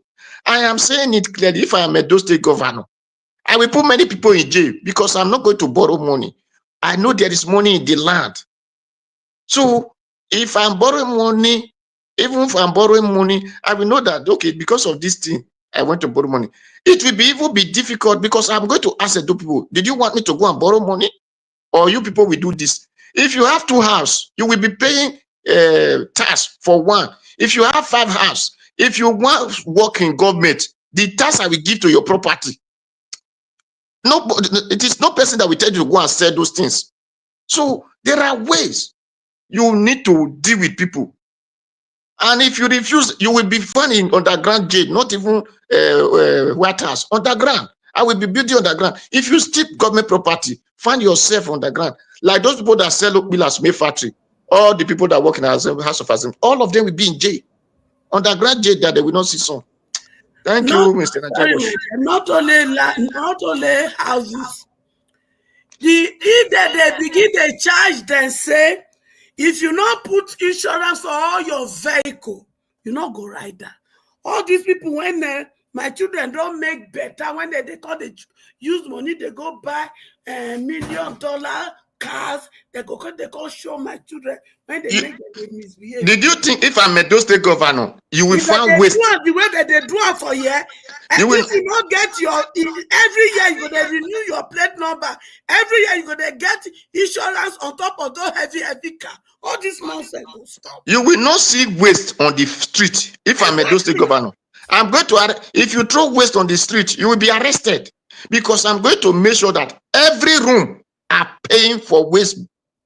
Every room, not even just as every room, you will be paying for waste. Because every room are. So I have all the way, all it takes to make the state okay. Water board. Board will stop. And this is how you are saying we stop. This light that they are talking about, okay, let me say something, Mr. Nyawo, I beg, let me say something. When they are saying the federal government did not give license to generate light, I told people they should shut up, stop defending wrong policy. If the federal government did not give you light, but the federal government give you power to go and generate a buy generator. So automatically, the federal government has that given the right to buy generator, also give you right to generate electricity. It is only you don't have the people who have the knowledge for you to generate it. 2 streets can generate light on their own. 5 streets can generate light. It is where you have the people that have the knowledge. That is what we are facing. That is where they tell, like Mr. Black Matter. The federal government did not give them the license. They have not this. No, it is. Let the federal government say don't give light. But when the federal government is coming, the light is shining in my house. Is it going to come and scatter the light that are generating my street? Just have the people that have the knowledge.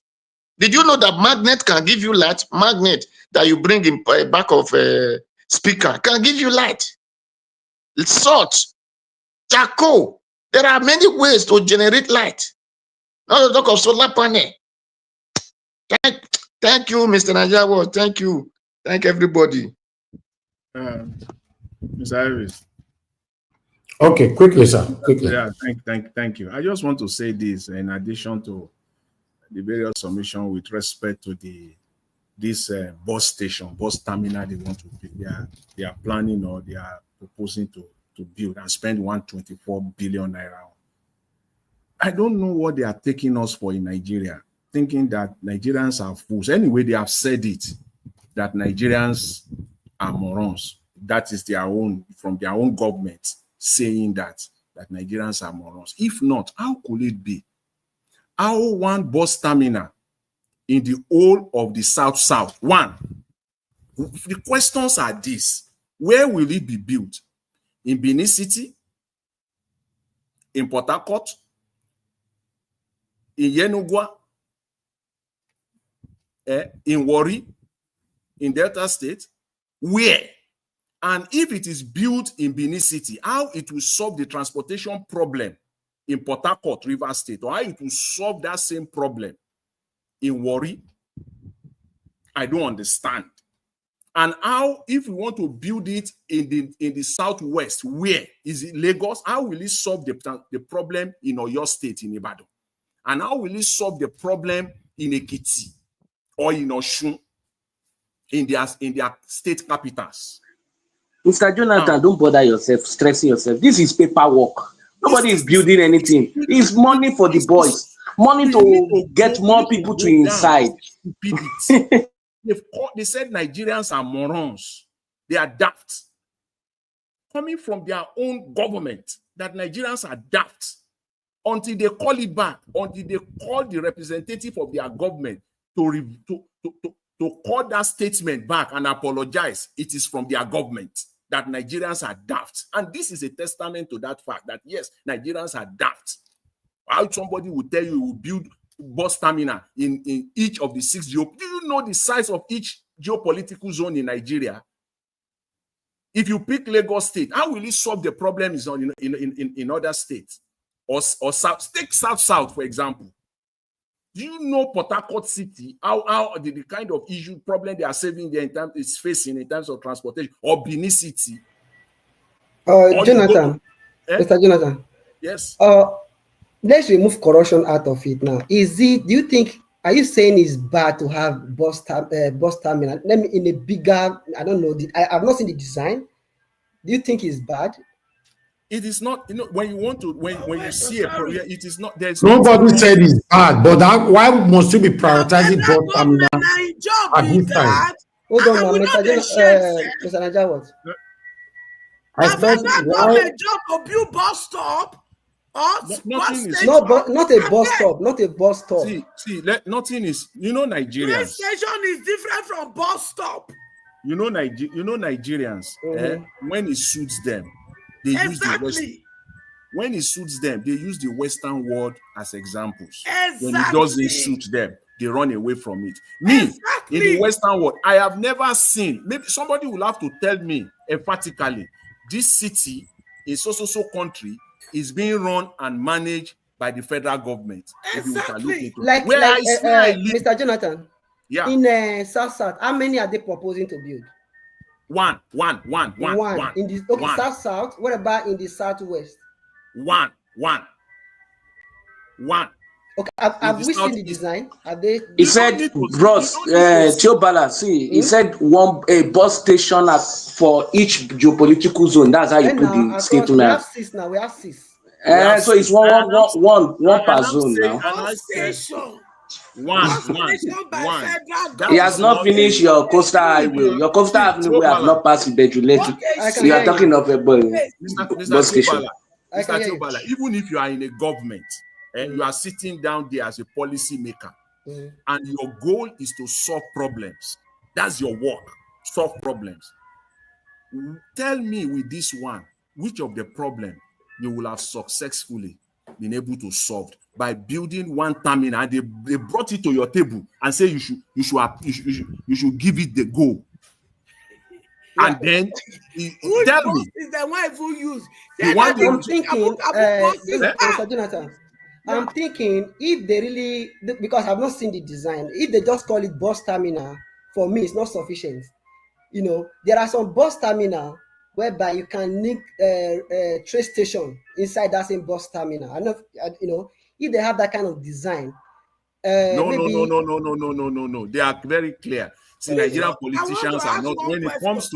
When it comes to how they will steal money. I want to ask a question. These buses, they won't build the bus station for. Now the one when he did road the kabu when my children they drive, I'll be waiting. When I know they think. No. Which bus is the one who build the bus station? Mr. Teobala, have you lived in Lagos before? Let's use Lagos and let's use places that I have been, that I've seen the kind of mess. Yes, of course, I do. Lagos. What about Benin City? Of course, I do. You did that before. Okay, now. So please, in Lagos, where do you think the bus terminal should be built? I don't think it should be built in Lagos because that would be crowded. No. Okay, let's leave Lagos alone. Come to your state. See, it might be. What about if they have a kind of central location? It might not even be Ibadan. It might be a kind of centralized location, like that maybe house those connections to other, maybe 4 other states within that geopolitical zone. But the point here is you've already said something. They might come up with proposal. If they have the really good intention, in my own view, it would have made sense. But they will propose it after election. They will not do anything again. That's my problem. And what about the money? It's gone. Bro Tobala, see, let me tell you something. Let me make this thing clear. See, I'm rounding you up can in 5 minutes. I'm rounding up in you 5 minutes. cannot loot a fund without attaching it to a project. You are right. And now every project that will be coming up now, will be going to the 6th geopolitical zone simultaneously. This money is to the structures of APC in every zone. So whatever they give you is a paperwork. That's just it. Nothing is going to happen. That is Those the money is problem. going Because to be of those going down to the corruption. Apart from corruption, no, Nigeria would have been a better it's place. You for can do it. 2027 election. It's for 2027 election. We are not talking of whether they can do it or not. That's not. See, leave what politicians says and what their intent. No. What I said, Like I said, if we really want to live jump in terms of development. Olumude, if you want to talk, interject. I'm rounding up in 3 minutes. Okay. So see, let me make this one. Let me just make this statement. See, if we really want to develop Nigeria as a nation, we can really do it. Except for did the politician tell you in their intent that they want to develop? Did they tell you that that's what they want? Their body language. You are saying no. what is obtainable. In a normal sense. Your body language is saying no. So all the project that will be coming now will be disbursing money down to the structures in APC. He will be going down to the 6th geopolitical zone till the election will come up. That's the only way he can fund his structures. So leave paperwork. They are not building anything. They're not building anything.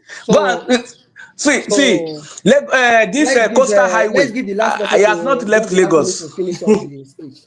So, my people, now well done, Elvis, well done. My regards to everybody on the panel and everybody listening. I kind of liked I like your background to today, Elvis. Race for 2027 with the ballots. Thank you. Box. Thank you. See, and I mean, which brings us to the point that we have to start educating the people and enlightening the people about their rights is always going to be an ongoing process. You can't educate people all in one day. I mean, everybody in one day. You understand? Now, what am I talking? I'm talking about the electioneering process now. We cannot all be on the same page. But the page we are trying to get to is a page where where the vote of the people count. The people that this responsibility is highest on their shoulder is the people who are conducting the election, the INEC. You understand? Once INEC is able to maintain their stand and keep their feet that, you know what, we want a free and fair electioneering process. And we want all the relevant institutions and agencies to support us in ensuring a free and fair electioneering process. That is what is going to happen.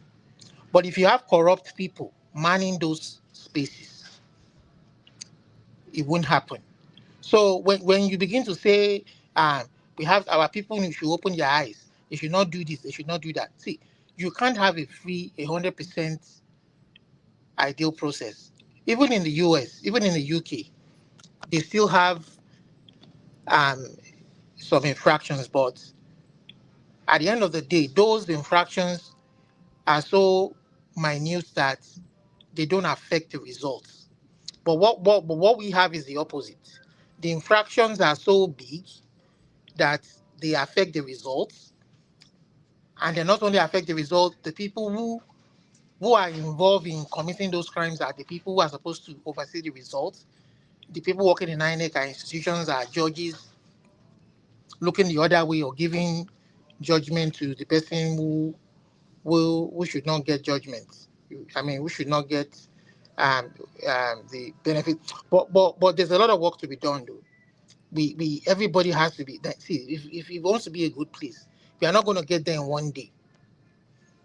The only way our society can develop is if ideas begin to compete with one another. Good ideas are competing with one another. in order to improve the lot and the lot and the lives, the quality of life of the people. When you have two candidates who have good ideas, Remember the 1 minute, sir. 1 minute. when you have two candidates who have good ideas to implement, but at the end of the day, only the majority carries the votes. You understand? That is when society develops, not when you have crooks who only want to steal your money and there's no option on the table for the people. We need to begin to reach out to reach the people that matter.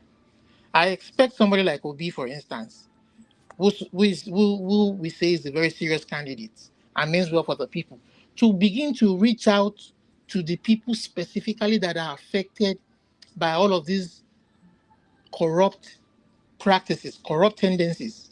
We're talking about the masses. We're talking about the masses, not just within the population, the masses within the critical institutions, the police force, the army, the health institutions, every institution is broken. All right. When it begins to reach out to all of these masses, what are the specific things? We all know the money is there. We all know what are the specific things that will change when you come in. A better remuneration for the police force, for the cadre of the law enforcement agency, for immigration, for army, for health institution, for those are the specific things you'll be telling the people you want to do. We don't see the era of giving out general promises is over. You want these institutions to be there. That is why it is easy for criminals to come and corrupt the head of all these agencies that should support and protect our institutions, protect our democracy. You understand? To not do what they are supposed to do. So he needs to be specific in what he wants to do. The money is there. All right, thank you. And just finally, these people can have better insurance. They can have better retirement benefits. These people can have. You want to be specific in what you want to do. How is their life going to change? Thank you. Other than a few people stealing millions, and I can go on and on, but I think I rest there. Mr. Ajawash. I need to go now, sir. I want to send you a message because you can reach to Peter Obi. So if Peter Obi don't know how to campaign, let him reach out to me. Send this message to him, cut it and send it to him. This is opportunity for Peter Obi to be used to campaign to convince Nigeria. Number one, as this bus terminal that they are proposing, it should start telling Nigeria, is the bus terminal your problem? No. When he said borrowing money, he should not tell Nigeria there is no hand in borrowing money. Sir? He said it yesterday. He did yesterday. It is not just the way he's talking of Blankadi. He should keep on using it. He should tell Nigeria that they have used your district to borrow money. It is not good. We need to stop these people not to be using our great-grandchildren because they are using our time. So those things are the campaign can use to be convincing Nigeria. Thank you. All right, thank you. I appreciate every one of you that came into the panel today. We'll come to the end of this broadcast. Please just press on the like and help us to share before you leave. Thank you very much, Mama Esho, for coming in today. As usual, I appreciate you. Thank you, Casey. Thank you, Mr. Jonathan. Thank you, Tiobala, Mr. Odoa. Thank you, Olumide, for coming on the late time to put a voice to this. I appreciate you all. Those of you that call in, thank you very much, Mother Deborah, and many others. God bless you all. Those of you that supported the channel, thank you very much. We are very, very grateful. Peter Ife, Mr. Joseph Oji, thank you very much, sir. I appreciate you. I appreciate you all. And people in the comment section, Mother of all Mommy Diaspora, thank you very much, Mommy. I appreciate you. Thanks for all that you do. Thank you, Destiny Variable. Thank you, Ajio Deborah. Thank you, Mike Akionbari. Thank you, Mother Peggy Modi. Thank you, my people. Mr. Johnson Manuel, and many, many more. Anthony, I can see you right there. Okay, guys, we come to the end of this broadcast. Before that, I'd like to quickly say this, that I just posted the video right now on Naija. In case you guys round up, you can watch it and see the good work VDM did today in Edo State. Fulani Esme kidnapped a whole bus. and they buy one particular person. The VDM went with the person where they buyed himself. According to that video where VDM do today, Nigerian police were scared to embark on those Fulani herdsmen. VDM, without no weapon, he went after them. So he were also calling on that particular video, he wished he have a weapon to tackle these people because this is his state. I believe the man, VDM, is putting his life out there. For some of you that is expecting perfection from him, he's not a perfect person. You cannot sit in your living room and be criticizing people who put their lives out there all the time, speaking truth to power, embarking and doing what is right. You sit in your living room and be pressing remote and criticizing how people are supposed to say it or how they're not supposed to say it. Many of you are masked. Nobody know your face, forever. I think it's time we start encouraging the people that are coming out to put their voices, their life and everything out there so that we can attract more people to do the same. Because the people that we are trying to attract to do the same, if they see how you guys are criticizing those that are already doing it, they will be discouraged to do it. But people, try and watch that video if you have not watched it. I just posted it. And let's put our heads together, our voices together, and continue to speak truth to power. And God will bless you now. Fingers crossed. I'll see you guys again on Monday, 7 p.m. Nigerian time. For any reason, we might randomly just come out tomorrow, but pre-recorded videos might be put out there. Like I told you guys, I would like to have Sunday off. But if anything happen, like breaking news or anything emergency happen, for example, now say Tinubu and Atiku that they fight for Aso Rock, if it come out. If I hear now, for example, now say they say Shomole Obaseki, they meet for Iguariahi, that they fight. See, I will come out.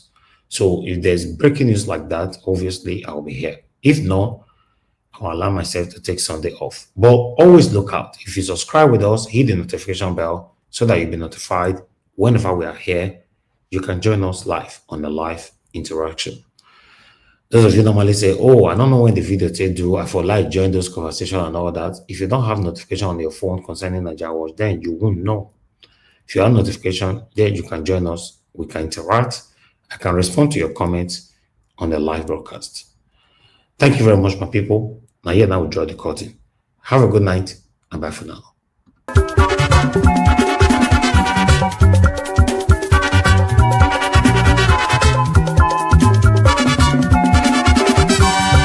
This is what we are living in. In this world, all of us today in motion. Everybody there in motion. Moving to our various stations. As we there in motion, make we do good to ourselves, yo. Make we do good to our neighbor. Before we reach our station, every work gets paid. Every work gets paid. Whether not good or good, nobody work good. Every work gets paid. Whether not good or good, nobody work good. I make a day fear my God. Whether not good or good, nobody work good. I make a day fear my maker. Whether not good or good, nobody work good. Whoever will come and go on song, organize.